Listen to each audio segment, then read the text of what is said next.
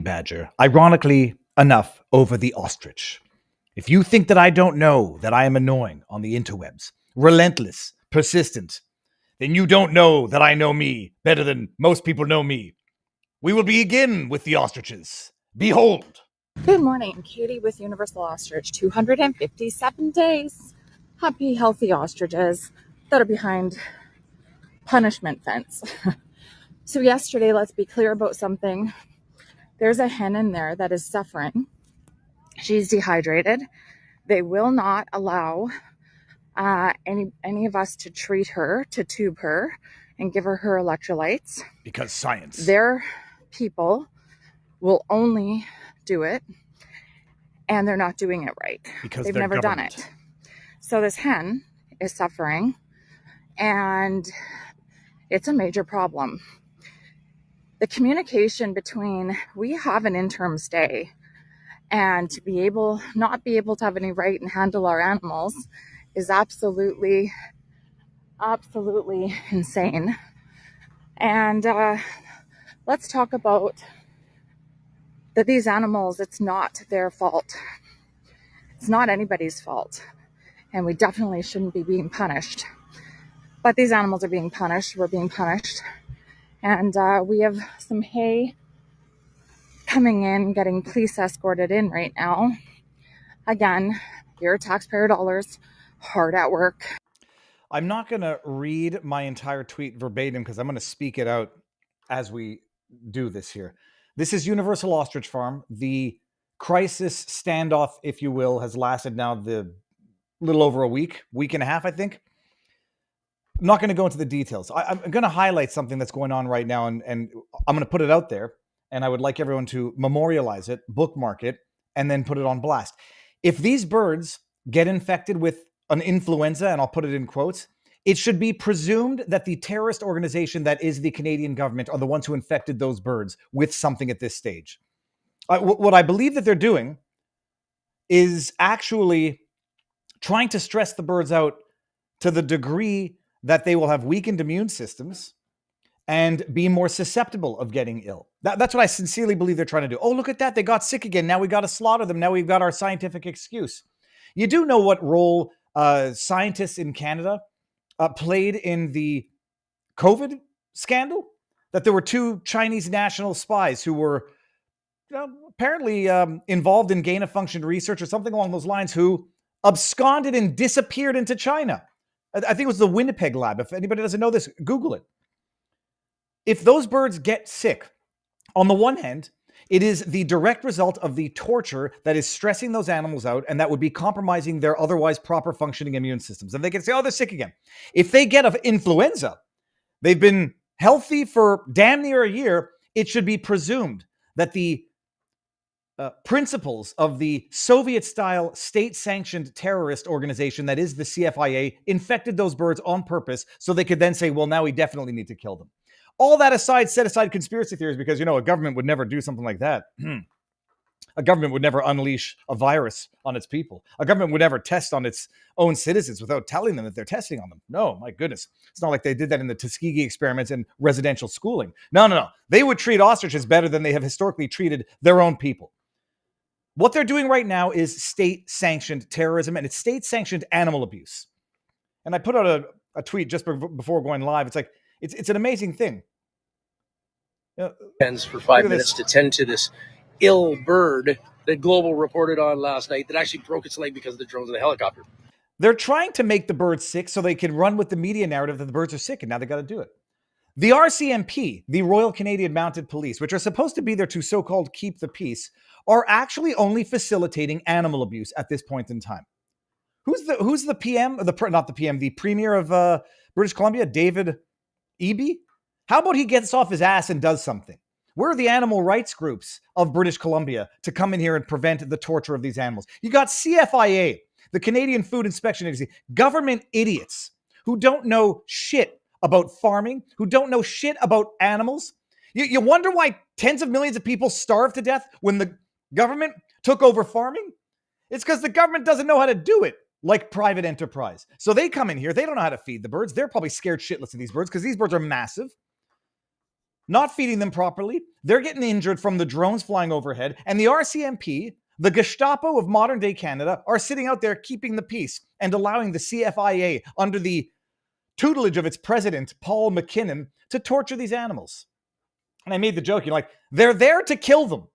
The reason why the CFIA has custody of these animals, even during the interim stay, while the farm owners, Katie and her mom, are not allowed going in there to feed them properly, the reason why they have custody of them is to kill them. You think they're going to give a sweet bugger all if they die of neglect, natural causes? They want to kill them. And they want to torture the birds, and they want to torture the farmers to teach them a lesson that this is what happens when you don't abide by government dictates.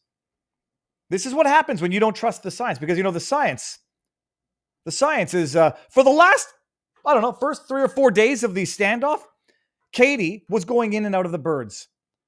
No issue. People were coming in, because the birds were coming and hitting the fence. Nobody's wearing face masks, let alone hazmat suits. They can't.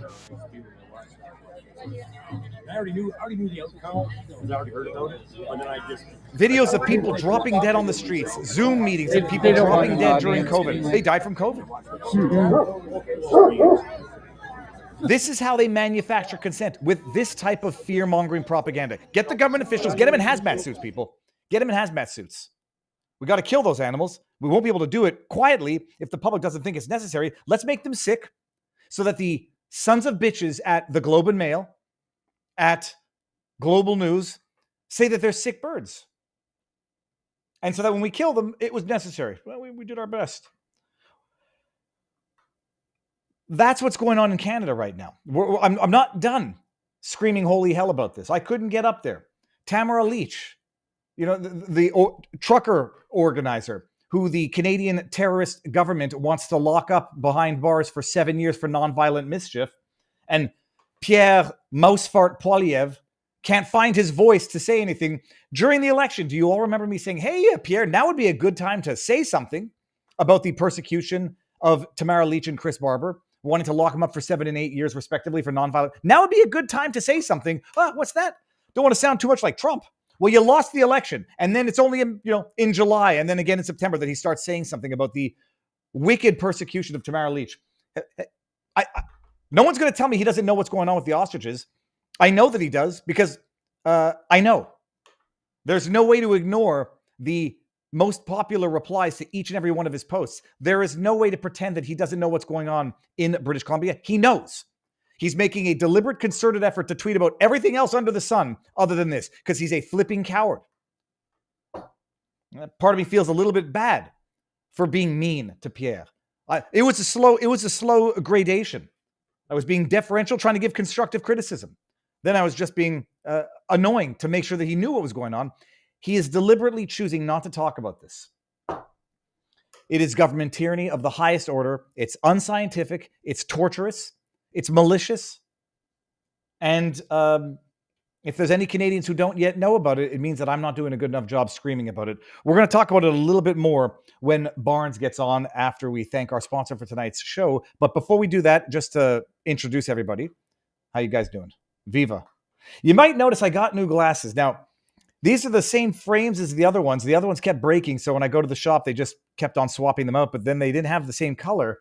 And this is the same week I was giving Adam Kinzinger a hard time for having woman granny glasses.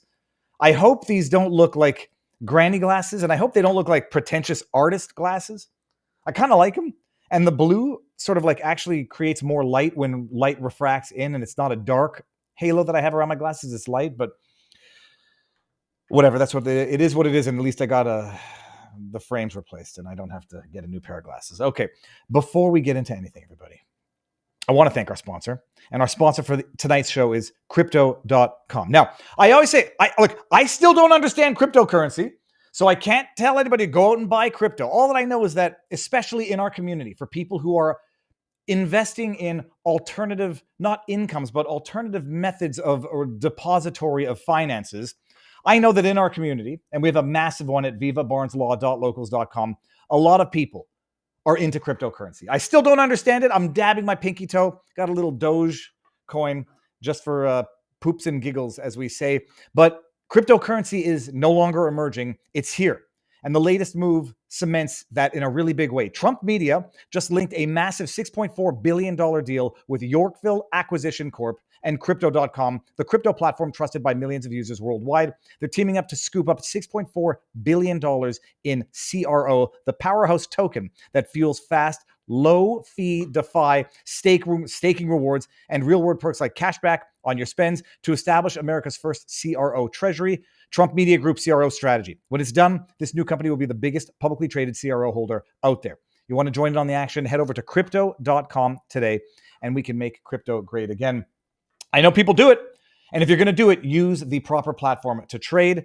Crypto.com, the link is in the description, and it's big news. I mean, Rumble partnering with Tether, Rumble going to be using, I'm fairly certain, crypto transactions on the website. It's going to be amazing. You can check out more information on the proposed business combination at Yorkville Acquisition Corp's public filings. The link is in the description. And you can only fight technology for so long before you have to, understand it or not, become a part of it. We're going to have a good show tonight. You know, speaking of small progress, baby steps. What about Bob? Baby steps, baby steps, baby steps. Well, what are we now? January, February, March, April, May, June, July, August. January, February, March, April, May, June, July, August. We're September. 8 months into Trump's presidency. 7 months into Pam Bondi's stewardship as AG of the DOJ. We got our first indictments, people. James Scumbag Comey. We've got a bunch of big news to talk about tonight. Barnes is going to come in and Viva is aging like fine wine. I hope that's. Oh, so bro, I did a 5K race this morning. I woke up with my wife. It's called the Dog fundraiser for veterans. Our one of our good friends is a veteran, and they organize this every year. And I ran a 5K in 21 minutes and 47 seconds. I think it was my personal best, but only by 8 or 9 seconds. The only important thing is that I'm getting older and I'm not getting much worse. I'm still getting a little bit better, but about the same. But it's Florida. Everything's flat as anything, so it's easy to run a 5K like that. Robert, sir, how goes the battle? Good. It was an eventful weekend. College football was good. We'll see how NFL turns out. UFC, bunch of a lot of the fighters. One dropped out, another one changed. So that was a little thing. But it was a fun weekend. I was 3 for 5 on what was left of my picks.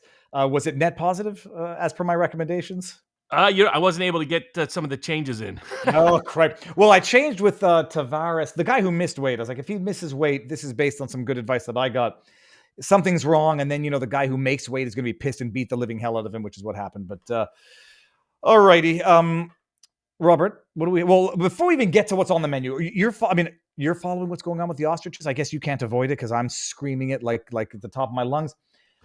It's amazing. Like in the States, Chevron was overturned, and sort of deference to these administrative bodies was sort of cut back a little bit, and people don't seem to understand how bad it can get. We have this, it's a Soviet-style administrative body. That's what it is. The Canadian Food Inspection Agency. They make their own rules, they interpret their own rules, they apply their own rules, and then they get the armed Gestapo arm of the government, the RCMP, to come in while they enforce their own rules. And I don't know what I got to do to freaking get. Anyhow, we'll see. But I don't know if you have. Why didn't they take up Robert? I mean, Robert Kennedy gets involved, says, "Hey, I'll take him off your hands." Why wouldn't they take that offer? So this is my issue. He asked not once but twice, and I wanted to get it to the Trump administration, just to play to Trump's ego a little bit. It's an insult to Trump's dignity. It's an insult to Trump's presidency that they have the man who's in charge of the biggest budget department of the government, RFK Jr., say, we'll take them. We'll take them from you. We'll do research on them. And they say not once but twice, a big fat middle finger to you and the Trump administration. If I were Trump, I would say retaliatory tariffs for disrespecting my administration. Absolutely. Yeah.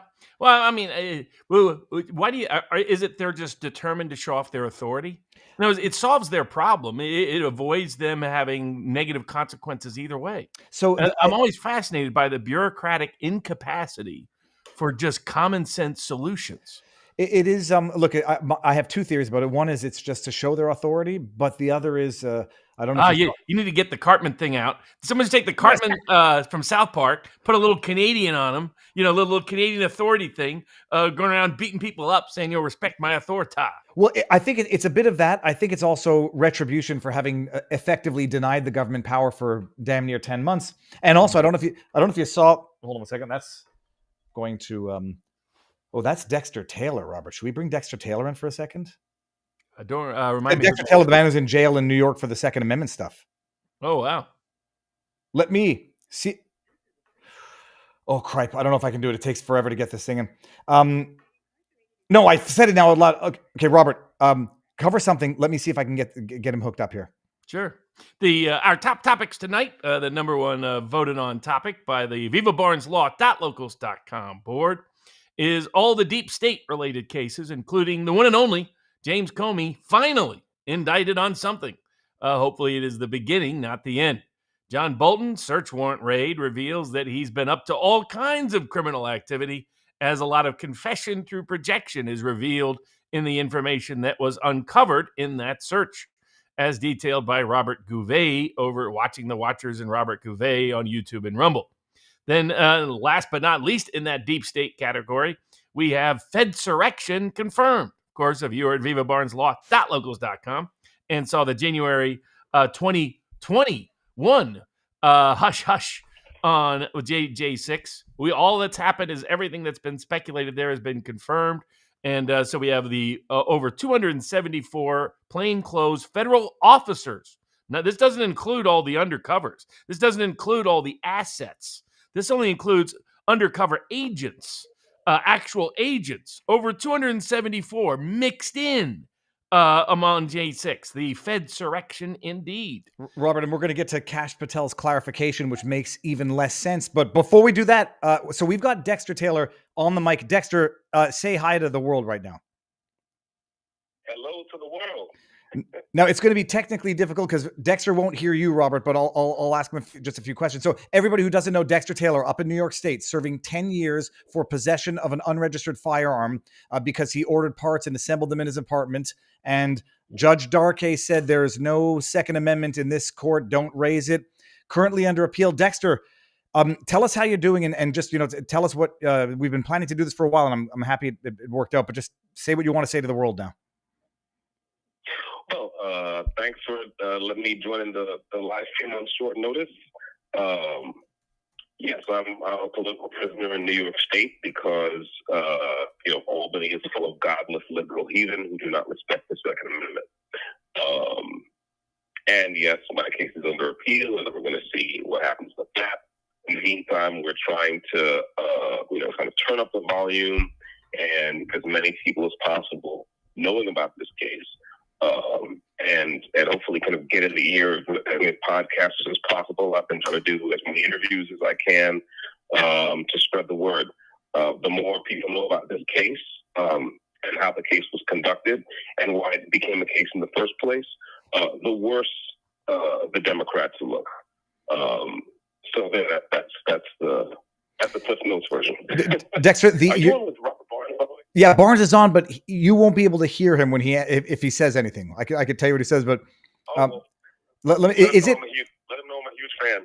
Oh no, I've let him know that many times. Your Give Send Go is still active, and this is the one that's the goal of $400,000 for your defense now, which is under appeal. It's still the proper Give Send Go. Yes, sir. That's the one. All right, and let me just ask you these questions because I know we've talked many times, and I just want the world to know, like, what is it like? What's life like in a state penitentiary? You're in the Coxsackie Correctional Facility. That's correct. Yeah, it's a Class A maximum security facility because, according to New York, possessing a firearm without having asked the state for permission is literally a violent felony. That's how they classify that. So yeah, there's a Class A max. Well, it's not nice. The surroundings are dismal. But I'm lucky. I have a job. I'm a porter in the school building, which is a glorified janitor, but the perk is that I get to go to the library every day. And I'm on a relatively low temperature cell block, so most of the guys on here are a little bit older. They're good people. They're not trying to make trouble. And so we get along fine and kind of, just top stories and bust each other's chops and kind of get through each day as best we can. So So, that's the long and short of it. someone in Rumble on CommieTube wants to know what your canteen number is. Can you give where if people want to mail stuff to you, how they can help you? Okay, well, my PIN number is that's my New York State image identification number is 24 Bravo 2275. And do I have any envelopes? I love getting mail. And my and the address of the facility is it's you said 24 Bravo 2275 is your identification number? Is my inmate number. Okay. Yes. And the address of the Coxsackie Correctional Facility is Post Box 999, Coxsackie, New York, 12051, cash 0999. Say that one more time. 999 Coxsackie. Yeah, Post Box 999, Coxsackie, New York. Zip code is 12051-0999. 0939s. Okay. And Dexter, so you were sent. You'd never convicted of anything. First time offense. Tax-paying citizen. That's right. And correct. Citizen, 30-some-odd years in the tech industry as a software developer. Licensed amateur radio operator, shade tree mechanic. I do all my own repairs in my house. I make my own furniture. I call myself a weld. The first prosecutor assigned to my case, by the way, said to my lawyer in writing that, quote, if Mr. Taylor had applied for a permit, he would have passed the good moral character test. So don't take my word that I'm a clean citizen. Take the prosecutor's word for it. And you were sentenced to 10 years. Have you been in touch with, or have you heard from, not Alina Haba, Robert, who's the name I'm thinking of? Harmeet Dillon. Harmeet Dillon. Have you heard from Harmeet Dillon? I have not heard from her. She is in circles that are kind of adjacent to mine. So I think I'm about a degree and a half of separation away from Harmeet Dillon. Many of my friends on Twitter, shout out to my Twitter circle, many of my friends on Twitter have kind of tagged her on posts relating to my situation, and she's responded positively. But she hasn't been in touch personally. Apparently, my attorney is also familiar with her and Ms. Dillon also know each other. So all that is good. I'm hoping that speaking of Dillon, I'm hoping that the Second Amendment task force that the president put together, finds the time to come down on the street of New York like a ton of bricks. So it's cutting out a little bit. I'll just repeat it. That you're hoping that the Second Amendment task force that the president put together will do something in this. Will come down on New York like a ton of bricks. Yeah. Yes, sir. And there is, of course, ample precedent for the federal government to get involved when Democrats have systematically denied people civil rights in certain states of the union. So there's precedent for that.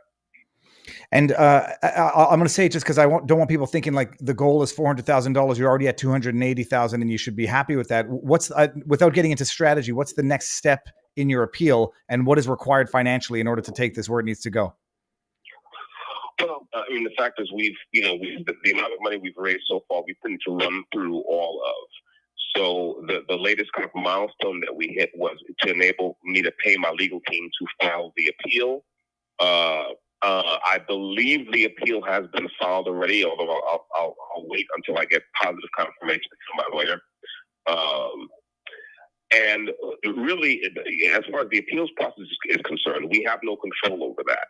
That's a government process, and the New York state courts have every incentive to drag their heels on this one. Mm-hmm. So that'll take as long as it takes. But yeah, each stage in the appeals process is going to require like additional filing fees and, of course, labor fees for my legal team. We're going to have to, unless something else happens, we're going to have to lose in all these state appeals courts in order to get to the federal courts where we stand a chance of getting some Second Amendment relief. So that's where we are now, which is why the political side of this struggle is very important. So I'd ask your listeners to do the one thing that doesn't cost any money, which is to spread the word. People who know influencers, podcasters, people with microphones, conservatives who care about this issue. I'm delighted to talk to anyone and everyone about this case and about what I think it means, obviously not just for me, but for, all my fellow New Yorkers and my fellow Americans. All of us deserve equal protection under the law, and it's being denied to us in a systematic way in New York State, and that's a problem. Amazing, Dexter. Okay, so everyone's got the info. We're gonna put it on blast. I'm glad that timing worked out perfectly.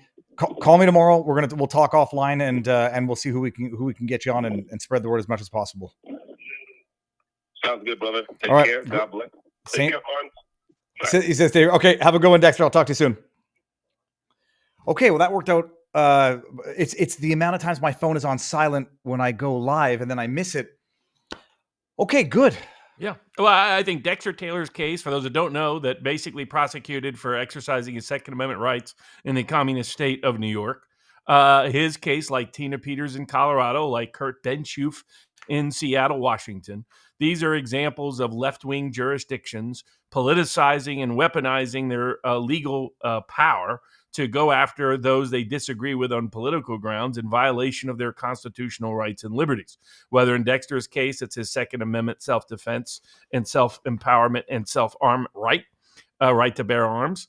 Whether it's Tina Peters fighting for election integrity and blowing the whistle on corrupt elections in Colorado, or Kurt Benschuf exposing a corrupt political and legal system in Washington that wants to radicalize his son against his own interest by making him trans, but with these, his literally, basically whores, prostitute parents that the lesbian couple that have custody of the kid, and for him voicing objection to it, he's serving more than 10 years in state prison. That's the insanity. And hopefully we're starting to see, we'll get to some of the cases, we're starting to see more action by Ed Martin as part of the weaponization task force. We're starting to see Pam Bondi take some more corrective action in, as Dexter mentioned, a Second Amendment protection. In fact, there was a Second Amendment case we'll be talking about in that capacity. We're starting to see Harmeet Dillon take proactive action in voter rolls cases, but there's much more that needs to be done, as Dexter Taylor's case is evidence and manifest. Now, the other cases we have tonight, we got the multiple attacks on ICE by Antifa in Dallas, in a copycat of the Charlie Kirk assassination, inspired. This is how perverse this is, inspired by the Charlie Kirk assassination. You have a business in Maine on Bailey's Island. I happen to have a client that lives on Bailey's Island. A Maine restaurant owner, lesbian couple that says, make assassinations great again. I mean, that's the kind of nonsense. So that the insanity that's consuming and subsuming the left. The ICE currently insurrectionary activity in Portland, Oregon, and Chicago, Illinois, as we speak, such that President Trump has had to bring in the military and the National Guard. We've got the Second Amendment case before the Seventh Circuit. We've discussed this many times. It's now back before the Seventh Circuit. And now it finally looks like the federal courts will do what they're supposed to do. Harmeet Dillon intervened in the case, which was a very good sign, indication of the attention to Second Amendment concerns in her Civil Rights Division as the Assistant Attorney General in charge of civil rights at the Justice Department. So we got that case. We got a Title IX case. Supreme Court took up several. It probably means the days of trans ideology being infiltrated into our school system and sport competition is probably coming to an end, thank God, as people are recognizing just how dangerous and damaging this trans ideology and idolatry has been to our public, to our collective consciousness and social society. We've got the Supreme Court reinstating Trump's right to use the Impoundment Control Act after the Comey courts of the District of Corruption tried to prevent him from doing so, tried to force him to spend money on things he had specifically said he wasn't going to spend money on. We've got when can somebody claim to be a parent if they're part of a same-sex couple that had nothing to do with the biological aspects of the child's birth? That went up before the Georgia courts. We've got when can you make a claim after death? This went up to the Tennessee Supreme Court in the invasion of privacy context. We have a Columbus statute being taken down in New Haven, Connecticut. I know the exact neighborhood, old Italian neighborhood, and they sued. Can they do anything about it? That went up before the Second Circuit. We've got when trademarks get diluted in a wide range of ways. What happens then? We've got a teacher who got reinstated, a professor of art, University of South Dakota, after celebrating the murder of Charlie Kirk. Does free speech extend that far? Those are the dozen or so cases and topics voted in the top vote getters, the deep state set of cases. But we can start anywhere, including what was a hot topic on social media this past week, which is the various alternative conspiracy theories where people are trying to exonerate Trans-Tifa and the left, and instead attack Charlie Kirk's organization, attack Charlie Kirk's family. People have gone full Candace Owens in some of these cases, and they're saying things that are libelous in some cases, saying things that are ludicrous in other cases. There are sincere, legitimate questions being asked, but that's being mixed up with the people who have illegitimate clickbait motivations and want to make everything about a little tiny country in the center of the Middle East, rather than look at what the facts actually show in the case. Robert, I'm going to do it. We got a Nina, the bell. The bell has been rung, people. We got a new member of our vivabarneslaw.locals.com community. Robert, look, first thing, actually, before we even get there, just for those who don't know, Dexter Taylor, he was arrested for possession of a firearm. He was building them in his apartment from kits that he was ordering online, machining certain parts, kits that were lawfully procured. So I just want everyone to know he wasn't smuggling them. He never took them out, never sold them, never did anything with them. He was exercising the greatest right in our Constitution, which is the Second Amendment to the U.S. Constitution. Why do I call it the greatest right? Because without it, the rest of the rights disappear. And now, speaking of the right to say stupid things, Robert. So, look, I don't want to even entertain some of these theories or even reply to these things on Twitter, although I've just been doing it very, very rarely to put people on blast for saying horrific, atrocious things, and you should unfollow them and you should never talk to them again. We'll get to some of the less implausible conspiracy theories, but the things that have been said online, that they go from as far as Charlie Kirk isn't dead, actually, to Erica Kirk had something to do with it, to TPUSA took him out, to this is the violent event denialism that landed Alex Jones with a $1 billion lawsuit. Now, I don't want to say that everybody doing this should be facing that, because I think it was an injustice then. I think they're idiots who should never be listened to again. And some of them are just people who I followed, and I don't know what's going on in their heads. Are they doing it for clicks? And I don't like making that accusation. Or are they so traumatized by conspiracy theories that they're seeing them everywhere, even when they don't exist? Or like you said, your theory about Sandy Hook, something that's so inexplicable, so, you want to make sense of it. And so you have to look for some alternative theory, like he's still alive. Not to give Stu Peters credit, because I have my issues with him. He wants to blame Israel. That's fine. He's exploring the exploding lapel theory. I can understand how someone can think that from looking at the video. What I love is that people propose this highly scientific, very technical exploding lapel theory, that there was a guy in the front row who had to detonate it because, they're using 22nd century technology. They got to have a detonator, like it's like 1950s. And a lapel mic that's floating around. You don't know what direction it's going to be pointing in. And they would, go for that conspiracy over the easier way to do it, which is a shot that everybody heard ringing out from the area where everybody heard it ringing out from. So I don't blame some people. I don't even blame some people's focus on Israel, because I can understand how they get there based on statements that Charlie recently made and other, I don't blame them. Some of them are just batshit crazy, Robert. And when does it, even in the realm of a First Amendment freedom of speech society, when does it become libelous, or when does it become liability exposing? I think people need to reapply the cui bono, who benefits, to these alternative theories, right? A lot of times people apply cui bono to explore possibility of false flags, wrong culprits, so on and so forth. Apply that to the people promoting and propounding these theories. Because here's what the evidence shows. There's evidence of Robinson showing up, walking in an unusual way toward the building he would be in, that is strong evidence that he had the gun on him at the time. There is evidence found at the scene on the building where there was a sniper's nest, where he left things with his forensic evidence that had a direct line of sight to Charlie Kirk. There is evidence of him from videotapes of him running across right after the shooting across the building. There is evidence of him getting off the building with a what appears to be a gun underneath that he's trying to hide underneath a towel. Then there's him communicating to his lover that that's how he had hidden the gun, that he himself had done it, that he confessed to doing it, that he had placed the gun in a particular place where they found the gun. Let me just pause you for one thing, just to add one very important thing. Everybody heard where the shot came from. The video of the day, everyone panned to that section, or there was a 90-minute video going around that panned right over to it after they heard it.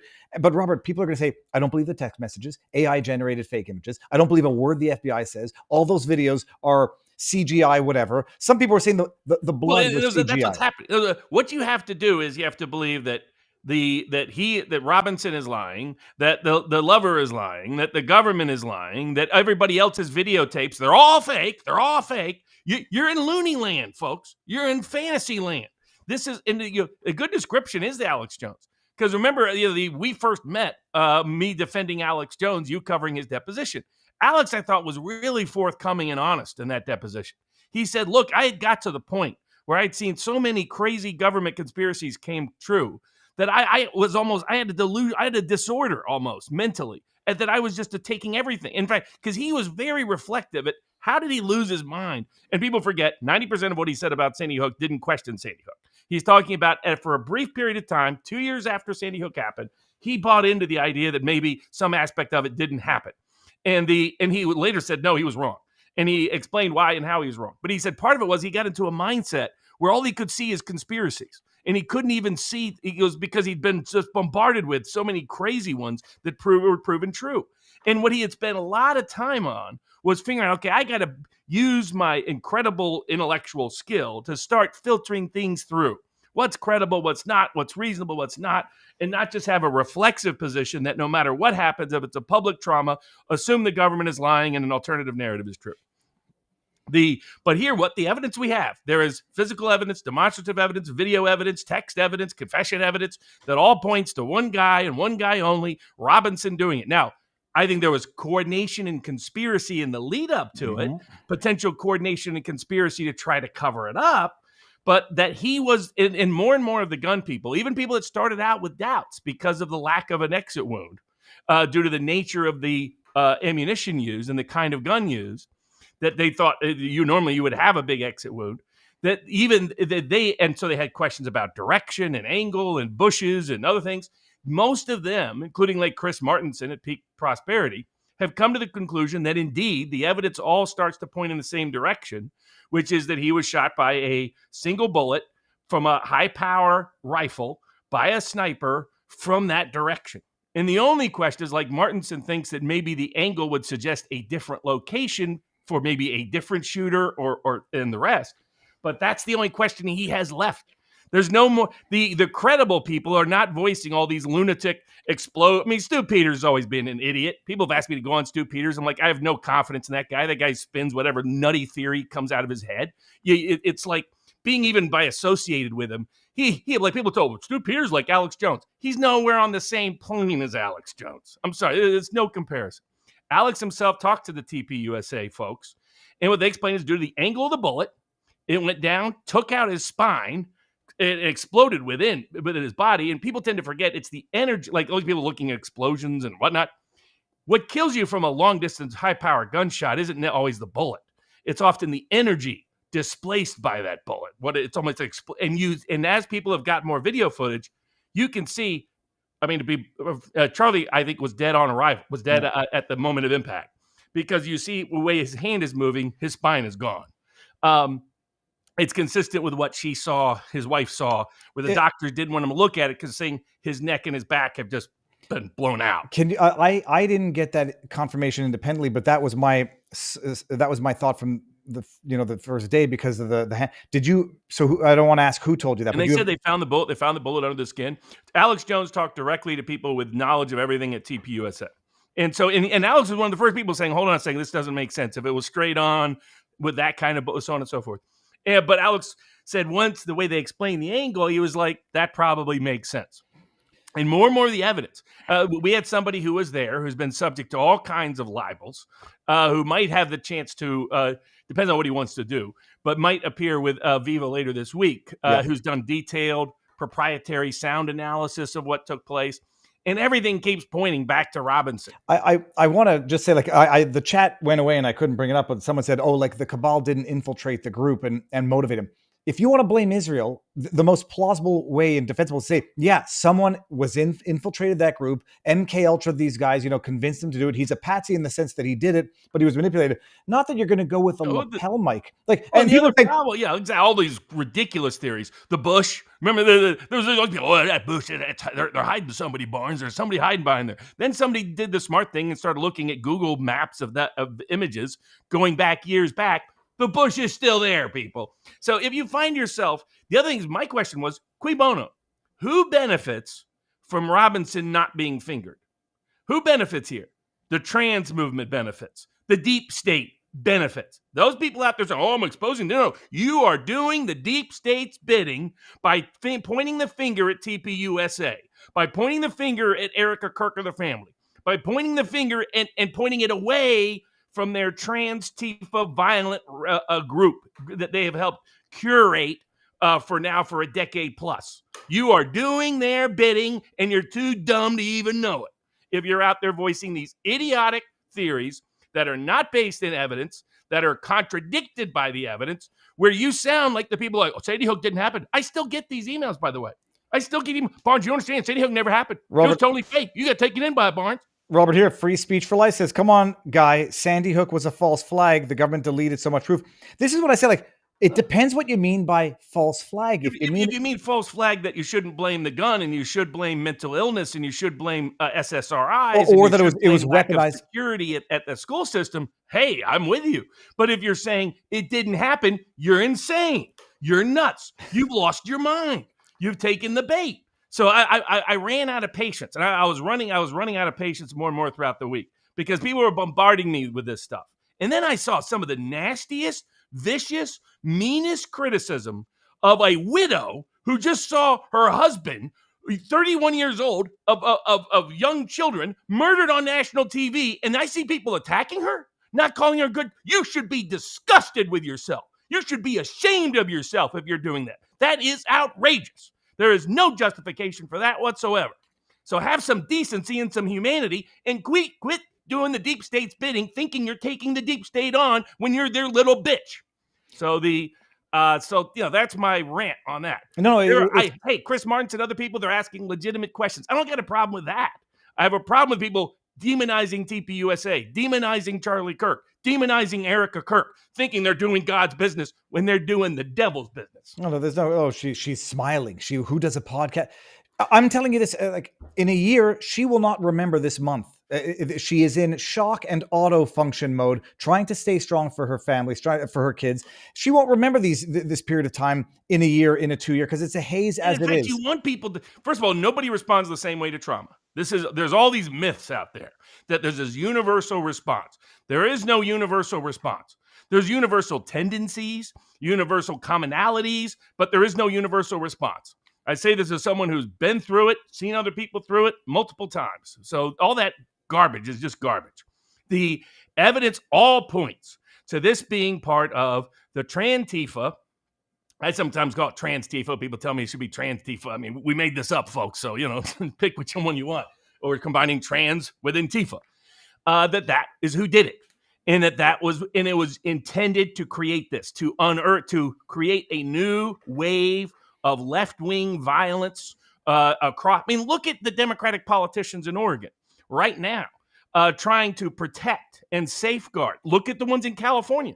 You have Governor Newsom out there calling Stephen Miller a fascist, knowing that label and that misrepresentation was part of what led to the murder of Charlie Kirk.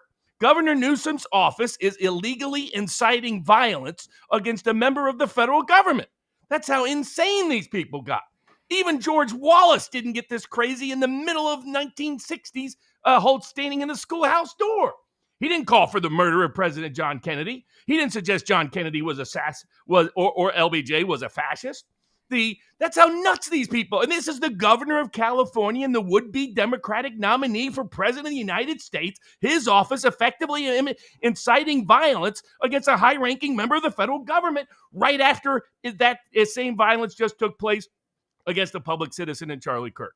In Oregon, they're trying to inoculate and immunize the violent wing that they have used. Basically, they have done what the South did after the Civil War, that the South used the Ku Klux Klan as their private enforcement army for their political objectives to strip other people of their civil rights. The irony of this, like Oregon was like, well, Senator Wyden was out there saying, oh, we can't allow the federal government to violate people's civil rights by prosecuting Antifa. Where are you, you nut job? The Antifa is the one violating the federally protected civil rights. Every single day, Andy Ngo, the reporter who's been previously physically assaulted to the risk of death by Antifa for covering Antifa, gets another death threat. And these Democratic politicians do nothing about it but greenlight it, but encourage it, but incentivize it. We are reaching a stage that we did not even reach in the late 60s, early 70s. We have the recently passed away was Tupac's mama. People forget she was a radical lunatic nut job who summarily executed a New Jersey police officer before fleeing to commie Cuba.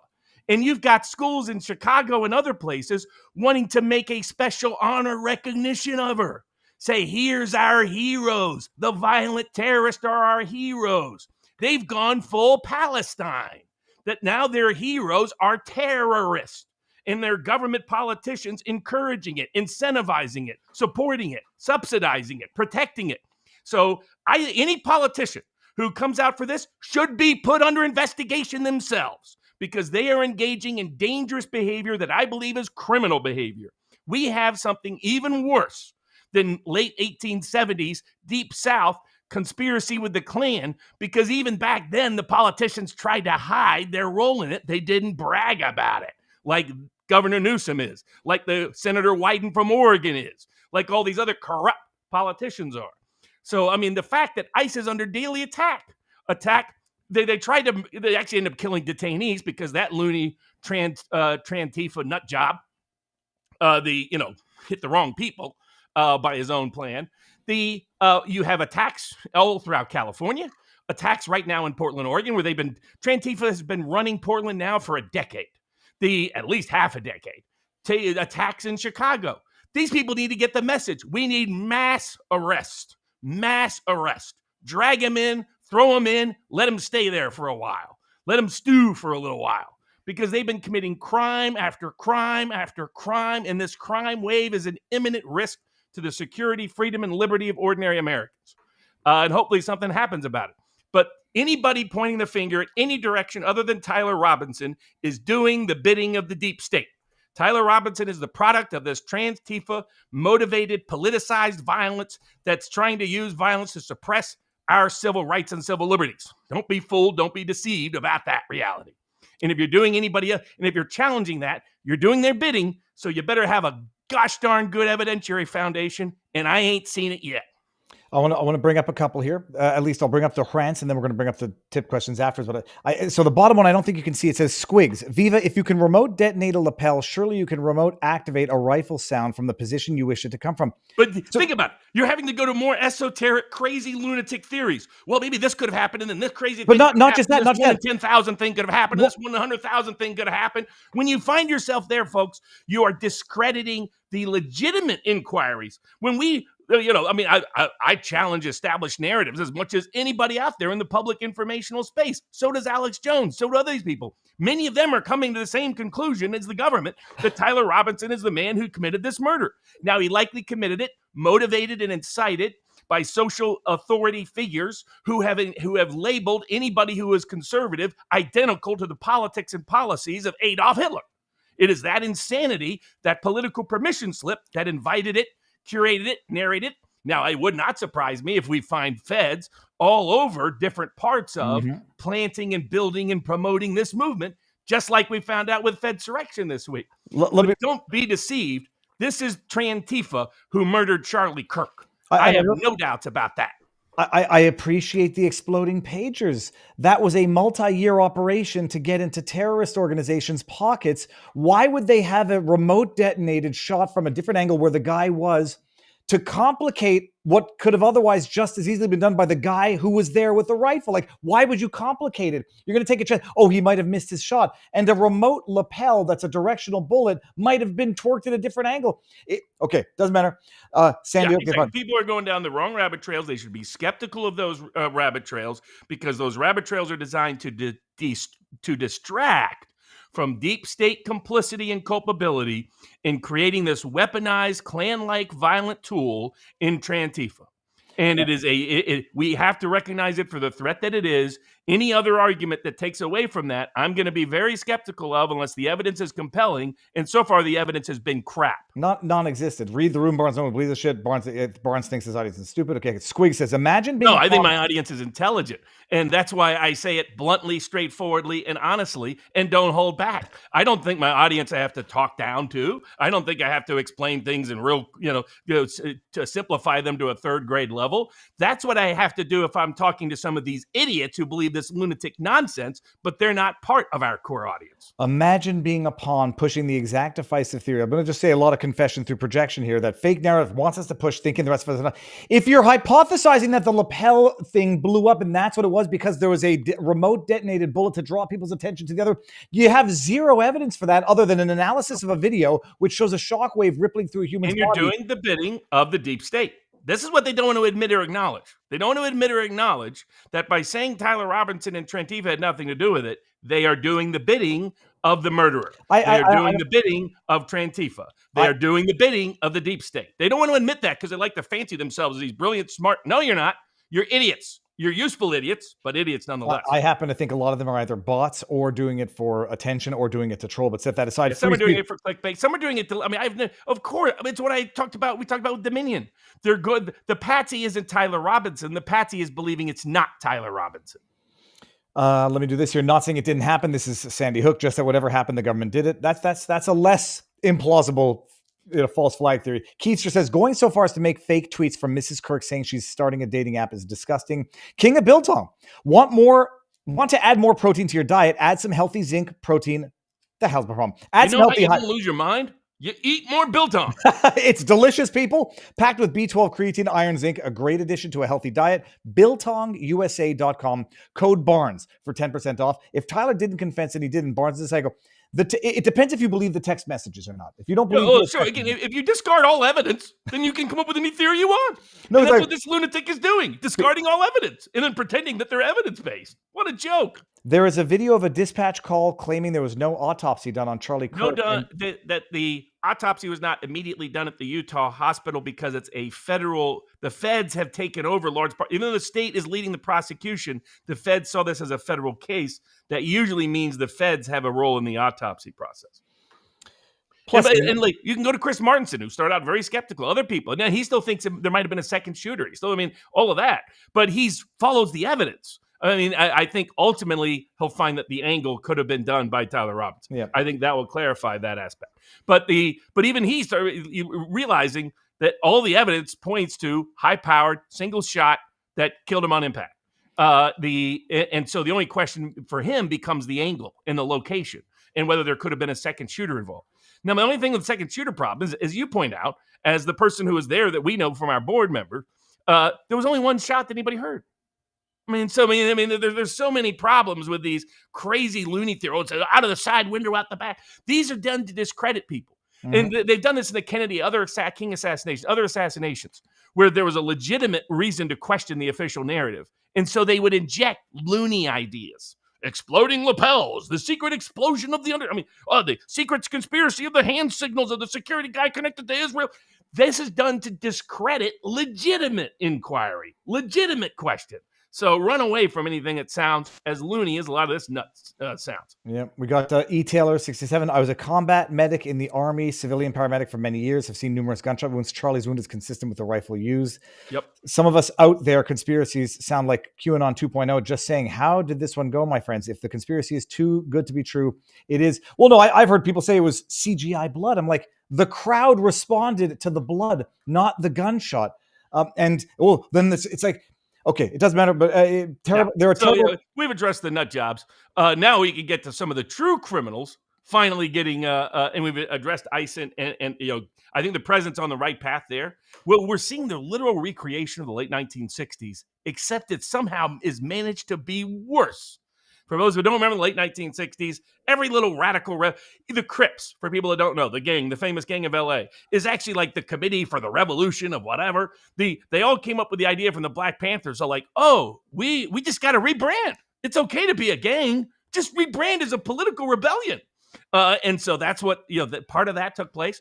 A lot of young lefties, like my niece, who's gone batshit insane, up in New York, they joined the Weather Underground. I mean, they convinced themselves that violence was the tool, that violence was the path. Like Tupac Shakur's mother is being celebrated by the left this week after her death, who summarily executed a cop while he was on the ground. Bam, bam, twice in his head.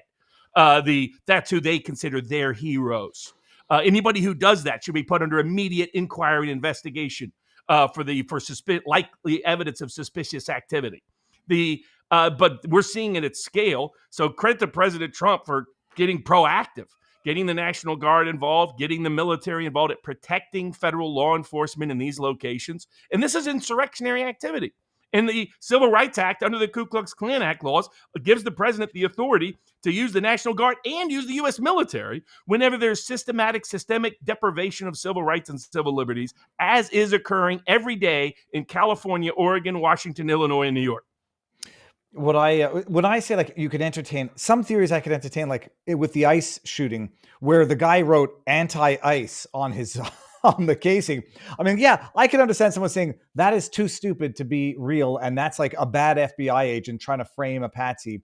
But you still have to like find an alternative theory to explain it away, regardless. Right. No one has yet come up with an explanation for Tyler Robinson's presence. Right? All these alternative theories, they just don't have it there. The guy admitted to doing it. Again, unless you just blink, everything's fake and everything's unreal and nothing's then you're in loony world. No, but then there was some we're all in a simulation and you didn't even hear me talk today. It's all in your head, my friend. Go take another pill from the shrink. That's where these people are at. Yeah, someone in the chat said, "Where's the evidence coming from?" Okay, so we don't even trust the evidence. Okay, set that aside. So Charlie, you don't trust videos of people who are there, who are big Charlie Kirk fans. You don't trust audio of people who are there, physically there to support Charlie Kirk. No, Barnes. All 7,000 people are part of it. I mean, come on, go back to Looneyville. Go back to Looneyville. Be the useful idiot for the deep state that they want you to be. Now, what is finally good to see is some deep state accountability. It's not at the scale we want yet. I don't still have the greatest confidence in Pam Bondi at the moment, but at least we're getting somewhere by seeing some arrest.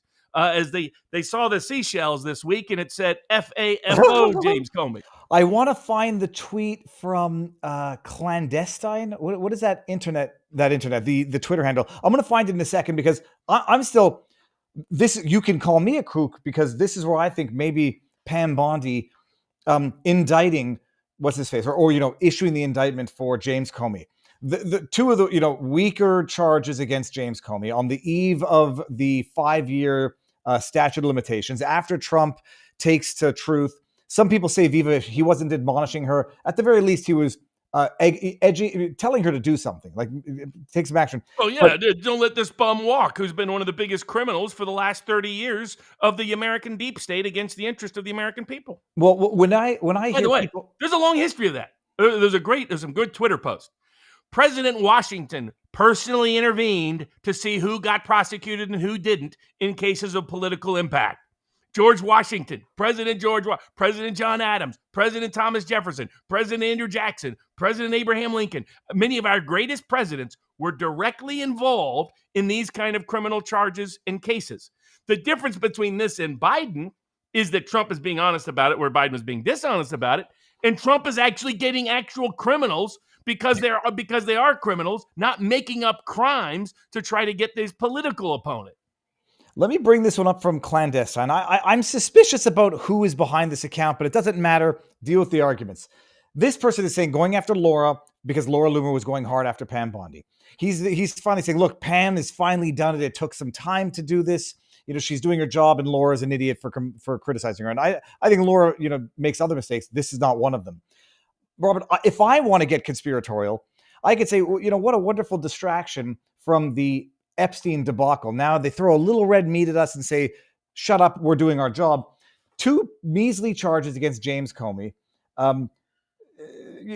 After being nudged by Trump, where he basically expressed his discontent at the rate of inaction.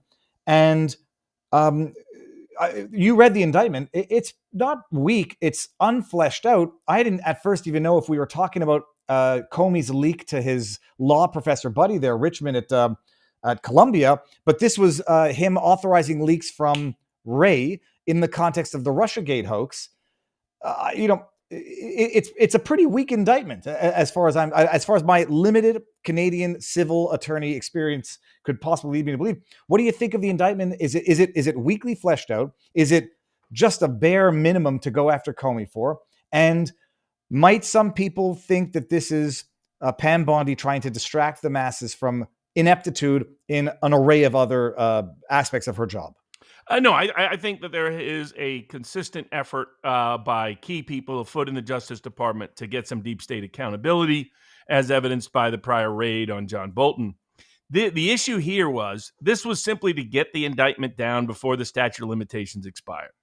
Comey thought he could dodge this indictment because he had insiders, including relatives, son-in-law, at the Eastern District of Virginia. This gives you an idea of how the deep state thinks they get away with everything. One, because they always have, outside of the late 1970s, where they briefly faced the possibility of some consequence. For the most part, the deep state never faces any consequence. So that's part of his arrogance and his hubris, and putting out 8647, which is what Comey did, and then later try to walk it back as a joke, or he just came across all the rest. But it was his message that he thought he was beyond reach. And why did he think that? He had key allies in the Eastern District of Virginia that was investigating this particular part of the Comey investigation that had promised him, I suspect, that he would never be prosecuted. Oh, so hold on. Actually, let me stop you there, because that makes a lot more sense. When all the legacy fake news is reporting, they say they had already looked into it and determined they couldn't find probable cause. That's when family members and his allies are in there saying, we can't find probable cause, that he lied under oath when he said he didn't authorize the leaks. That explains that. Okay. Right. And so some smart people, I won't name them, but some smart people got word to President Trump that this was happening in that district. He found out and's like, I want everybody connected to that canned, and we need new people brought in to make sure this case goes forward in the proper way it should. And that's what happened. Okay. And so once they got in there on the clock, they had like a date, 24 hours before the statute of limitations expired to get the indictment down. Once they get the indictment down, that does not preclude or prevent them from doing additional indictments in other cases in other jurisdictions. It does not limit them at all in doing a superseding indictment, as Mike Davis is out there talking about. Now, I wouldn't recommend the superseding so the problem is where they're at, they had to bring the indictment in the Eastern District of Virginia. Now, if Bondi had done what some of us had recommended from the get-go, all of these cases would have been brought in the Southern District of Florida as a broader part of a conspiracy to deprive President Trump of his federally protected civil rights, and had all the other charges, the false statement charges, the obstruction charges, the aiding and abetting charges, the solicitation to commit perjury charges, all of those charges, all in that one case, say it's related, because it is related to the cases against President Trump in the Southern District of Florida, so you make sure you get an impartial judge. Here, you're bringing a case in the Eastern District of Virginia, which is filled with a bunch of liberal Democrats in the Alexandria division. Second, you get a Biden judge that has deep, deep state ties, if you research his family history. So you've got a bad jury pool and a bad judge. I saw this as just getting it on record. There's nothing that prevents this case from being joined to another case, say, in another jurisdiction down the road. Now, as to the key of the case, it's real simple. James Comey told the Senate that he had not authorized anybody at the FBI or connected to the FBI to be an anonymous source to anyone concerning anything, including President Trump. He lied. It was a false statement. It was a false statement within a federal proceeding. Yeah, but hold on. Obstruction of justice. It is an open and shut case. He is guilty, guilty, guilty. The only thing he is praying for is that the biased judge and a biased jury pool will help him escape justice. But that depends on the case staying there. That depends on them mishandling aspects of the case going forward, because he's as guilty gets. Matt Taibbi is right. This case is an open and shut case. He said there was nothing there. They have internal proof showing he knew, showing that he put, because folks, these guys never learn, never in writing, always in cash. They don't operate under those rules. Instead, he wrote and communicated in communications to people saying, here, you are hereby authorized as an FBI special employee to be an anonymous source about saying negative things about President Trump. Exactly the opposite of what he told them. And then find all the quotes of Comey over the many years where he's like, you can't let people off the hook if they even give a wrong inference.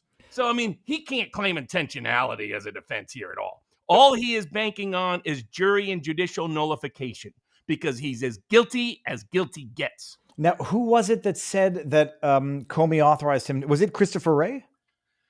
I forget. No, it was in writing, he authorized his old professor buddy and some others to be special federal agents for the purposes of getting classified information, solely for the purpose for them to leak negative information about President Trump.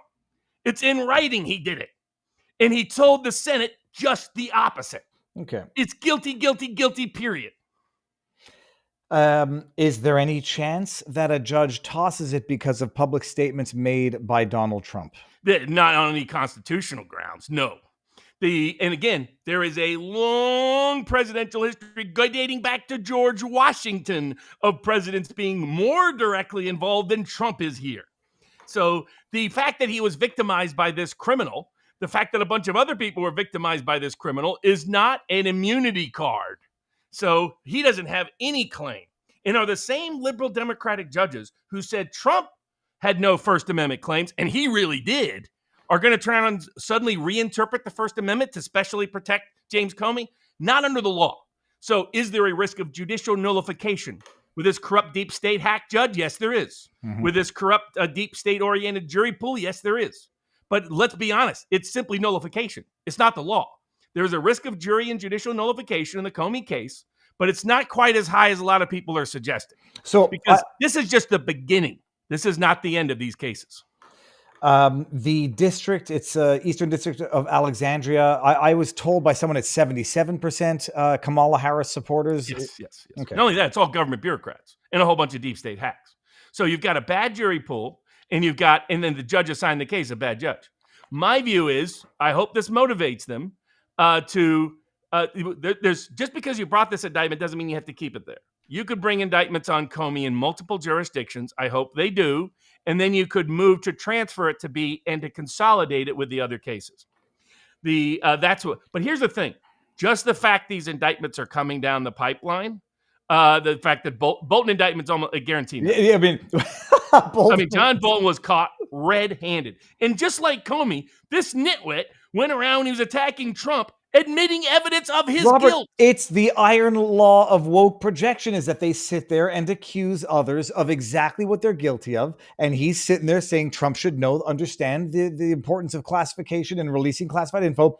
But when he does it, I have no doubt he thought he had a benevolent reason to do it, and that it was for the greater good, and that it wasn't a crime when he did it.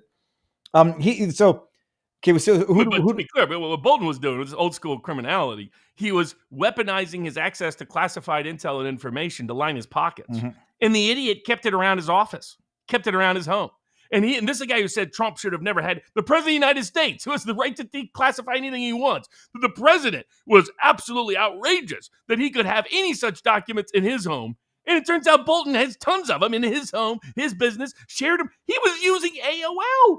That nitwit was still using AOL, and he was sharing classified information. And the way this got on the government's desk wasn't just the book he wrote where he tried to cash in on illicitly disclosing classified information. A foreign government, I wonder which foreign government it might be. Maybe Mideast located. But a foreign government hacked it all. But of course, he was using AOL, and he was sharing with his wife classified information, sharing with random friends classified information. So he's dead to rights too. He's done for. And this is just the beginning. And here's the key. you keep hitting these, and some of these judges that might get real cocky otherwise might wonder, might they look at what I've done as a judge? Might they look at what I did before I got to be a judge? Maybe I should play this by the book, unless I'm the next person in the rack. It's amazing. So you think it's definitely Bolton is coming down the pipe. Who else should we expect? Brennan, Ray, Clapper, and Brennan. Brennan for sure. Brennan, my prediction, 85. You can actually get these on Kalshi. You can get odds someone will be arrested. In the Comey, check. Bolton, check. But before 2027, so there's free picks out there for people who want to cash in on all this. And then add Brennan, check.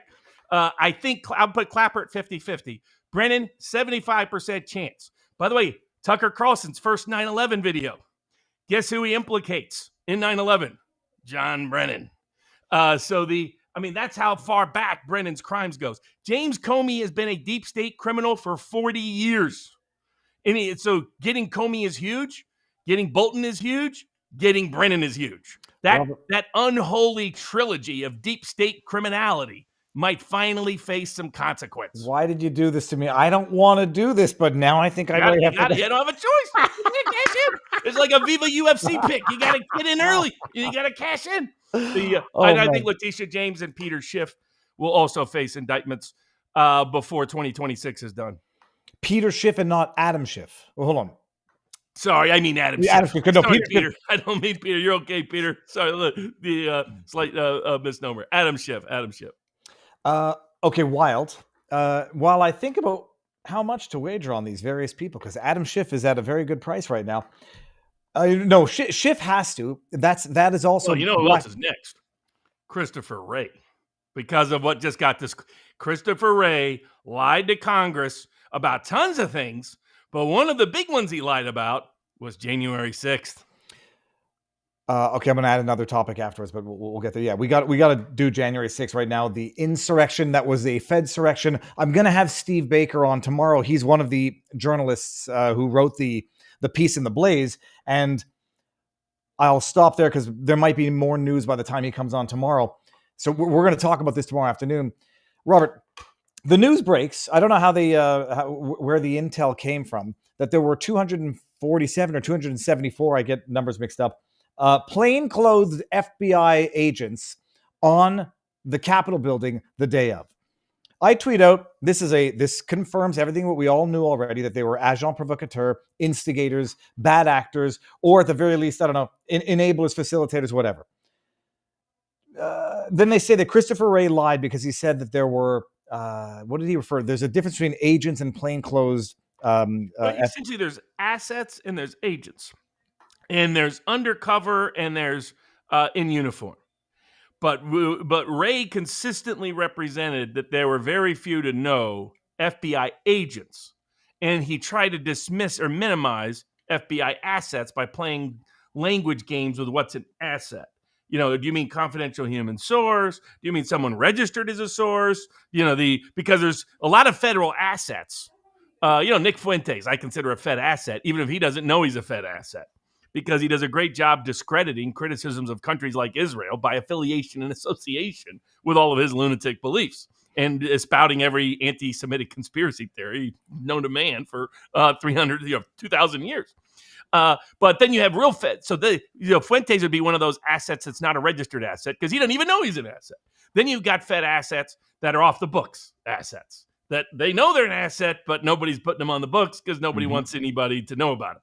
Then you have the on the books assets. They're listed as everything from confidential informant to confidential human source to a whole bunch of little lingo and language they use within the Federal Bureau of Investigation.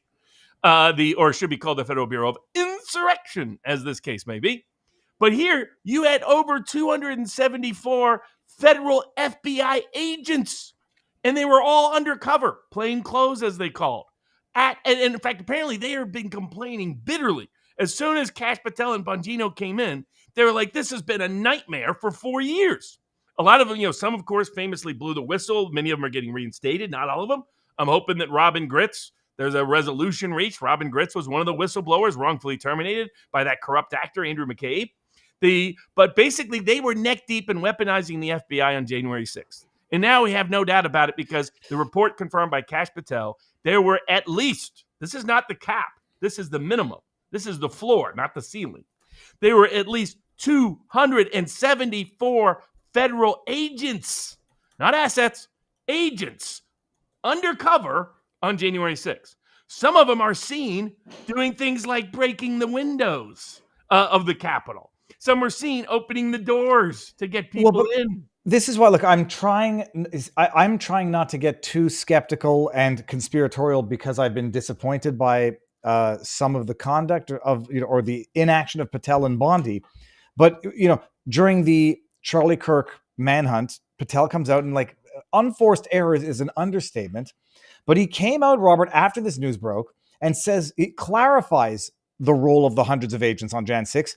Says that the current FBI, bottom line, he says they were there for crowd control after it had been declared a riot. So suggesting that they were there to assist with the Capitol police officers in crowd control. Steve Baker put out a tweet, said, dude, I've seen all the video. None of them were liaising. None of them were assisting. There were no plainclothes anybody.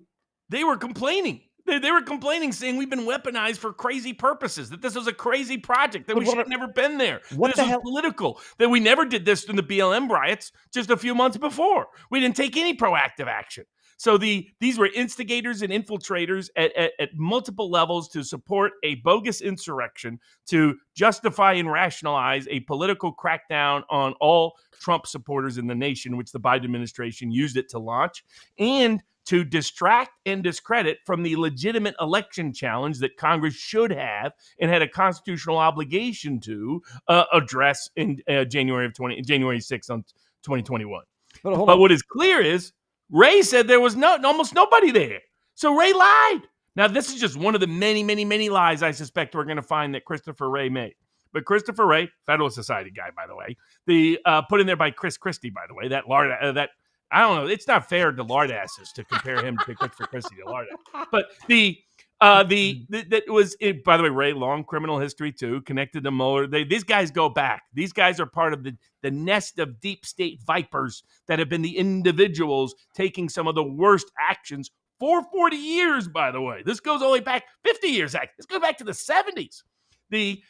Ray can implicate Bill Barr, by the way. The Barr better, but double check some things. He's not quite on the safe standing I think he thinks he is.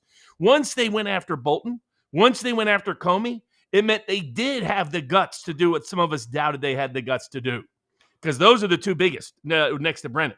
So now I think the dominoes are going to start to fall. But Robert, I gotta explain. Someone has to explain this to me. Patel comes out and clarifies afterwards. Agents were sent into a crowd control mission after the riot was declared by Metro Police, something that goes against FBI standards, yada, yada, yada. So Ray lied. Why? This defies what we've all witnessed ourselves. Is Patel saying this, A, because it's true, and none of us knew it, and we don't want to accept it? He's not saying all of them. He's just saying some were there for that, is the way I interpret it. Because I've seen a lot of these different quotes. So, like, either there was a quote from the FBI, the media said there was no political motivation behind the NBC, behind the Charlie Kirk thing. And I was like, who the heck is saying that? Then you read the FBI statement, and that's not what the FBI agent told him. Well, that's why we don't have them as part of a particular organized group, but we do, but they were still saying it was clearly politically motivated because they'd already designated that within the FBI. So it's kind of a fake headline. I won't dispute. I think Kash Patel's in way over his head. I don't think he's particularly well equipped for this. I have doubts about whether Bongino is well equipped for this. I think that this requires a certain mindset that I don't think either one have shown the consistent capacity to deliver upon. Now, I do think Harmony Dillon has that capacity. I do think Ed Martin has that capacity. I do think Andrew Bailey, now co-deputy director of the FBI, and probably future attorney general, it does have that capacity. Is it a coincidence? As soon as Bailey gets there, all of a sudden, and Martin meets with Alex Jones 2 weeks ago, all of a sudden a bunch of things start rolling, right? So I think that's what's really happening. God bless Kash. He'll probably make 10 more screw ups on this between now and next week. But it doesn't change the fact Ray lied. Ray should be under the gun. Because my only question is whether or not it's Kash Patel either trying to not deceitful, but just not trying to let people know that they're going to be onto those agents, or he's still got faith in the rank and file of the FBI. He does. He blames this on Ray making a mistake. He doesn't blame it on the agents doing bad actions. Here, Kimmy Hunt in our locals community says the FBI wouldn't send in 274 plainclothes agents for crowd control because Capitol Police wouldn't be able to identify them from rioters. It makes no sense. But why did Patel say it? Well, Patel said that that was actually a violation of policy for that precise reason. Okay. So he did confirm that aspect. But what he's trying to do is exculpate the agents. Yeah, that's what I'm thinking. And blame the hierarchy. I think a lot of the agents were very culpable. Not all of them. Some of them are just trying to do their job and they're stuck in a bad situation. But a good number of them, it was the other way around. Well, they were inciting, they were encouraging, because the FBI at the top levels had been politically weaponized for a decade plus. And that's who and what they are. Plus, it's what they do. It's what J. Edgar Hoover designed the agency to do. Go back and research COINTELPRO.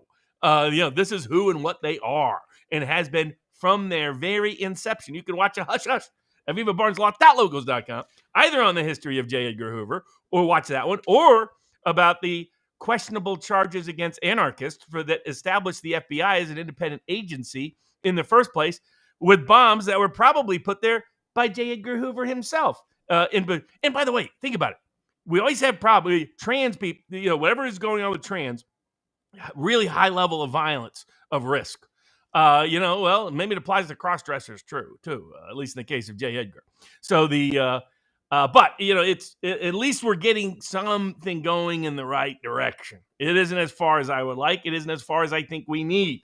But it's much better than where it was 6 months ago. Yeah. Well, and I brought up that chat that said, don't badmouth Bongino. Barnes has been much harsher. I still trust fully Bongino, and my assessment is that he must be frustrated as hell, because I think he's been. And I've said on the record, I hope you're right. Yeah. But if they get all these guys indicted in the way that they need to be, so that we can find, it's two things. We need accountability. I said three things. We need accountability to actually happen. 2, we need the public to believe accountability is happening. Mm-hmm. And 3, we need deterrence. The reason to have the guys like Comey and Clapper and Brennan and Bolton and Wray in the rack is that's a message people get. That's a message that somebody who's thinking about doing the same thing, like whatever that UN employee was. One UN employee stops the escalator while President Trump is going up on it. And then another UN employee cuts off the sound so it's not working. A third UN employee cuts off the teleprompter so he can't read from it. Big mistake with Trump, by the way. He's much better riffing than he is with that. And that's when he went on that great. The only thing I ever get from the UN is teleprompters that don't work and escalators that don't work. And then somebody at the UN went after one of Robert Kennedy's assistants in the bathroom and attacked him there. These lunatics need to get the message. They get the message by a lot of people being shunned and shamed in the Charlie Kirk public assassination context. We'll get to one of the First Amendment cases in a second on that. But that's a message. Seeing a lot of these, the real crackdown on and Trantifa, seeing them, they're starting to see it and they're shocked by it. Those in the Trantifa movement and its political associates. That sends a deterrent message. But we got to send a deterrent message to every rogue federal and state official. Mm-hmm. And you do that by getting the Schiffs, Letitia James, the fat Fannie Willis, big Fannie Willis, sorry, and the Comeys and the Clappers and the Brennans in the rack.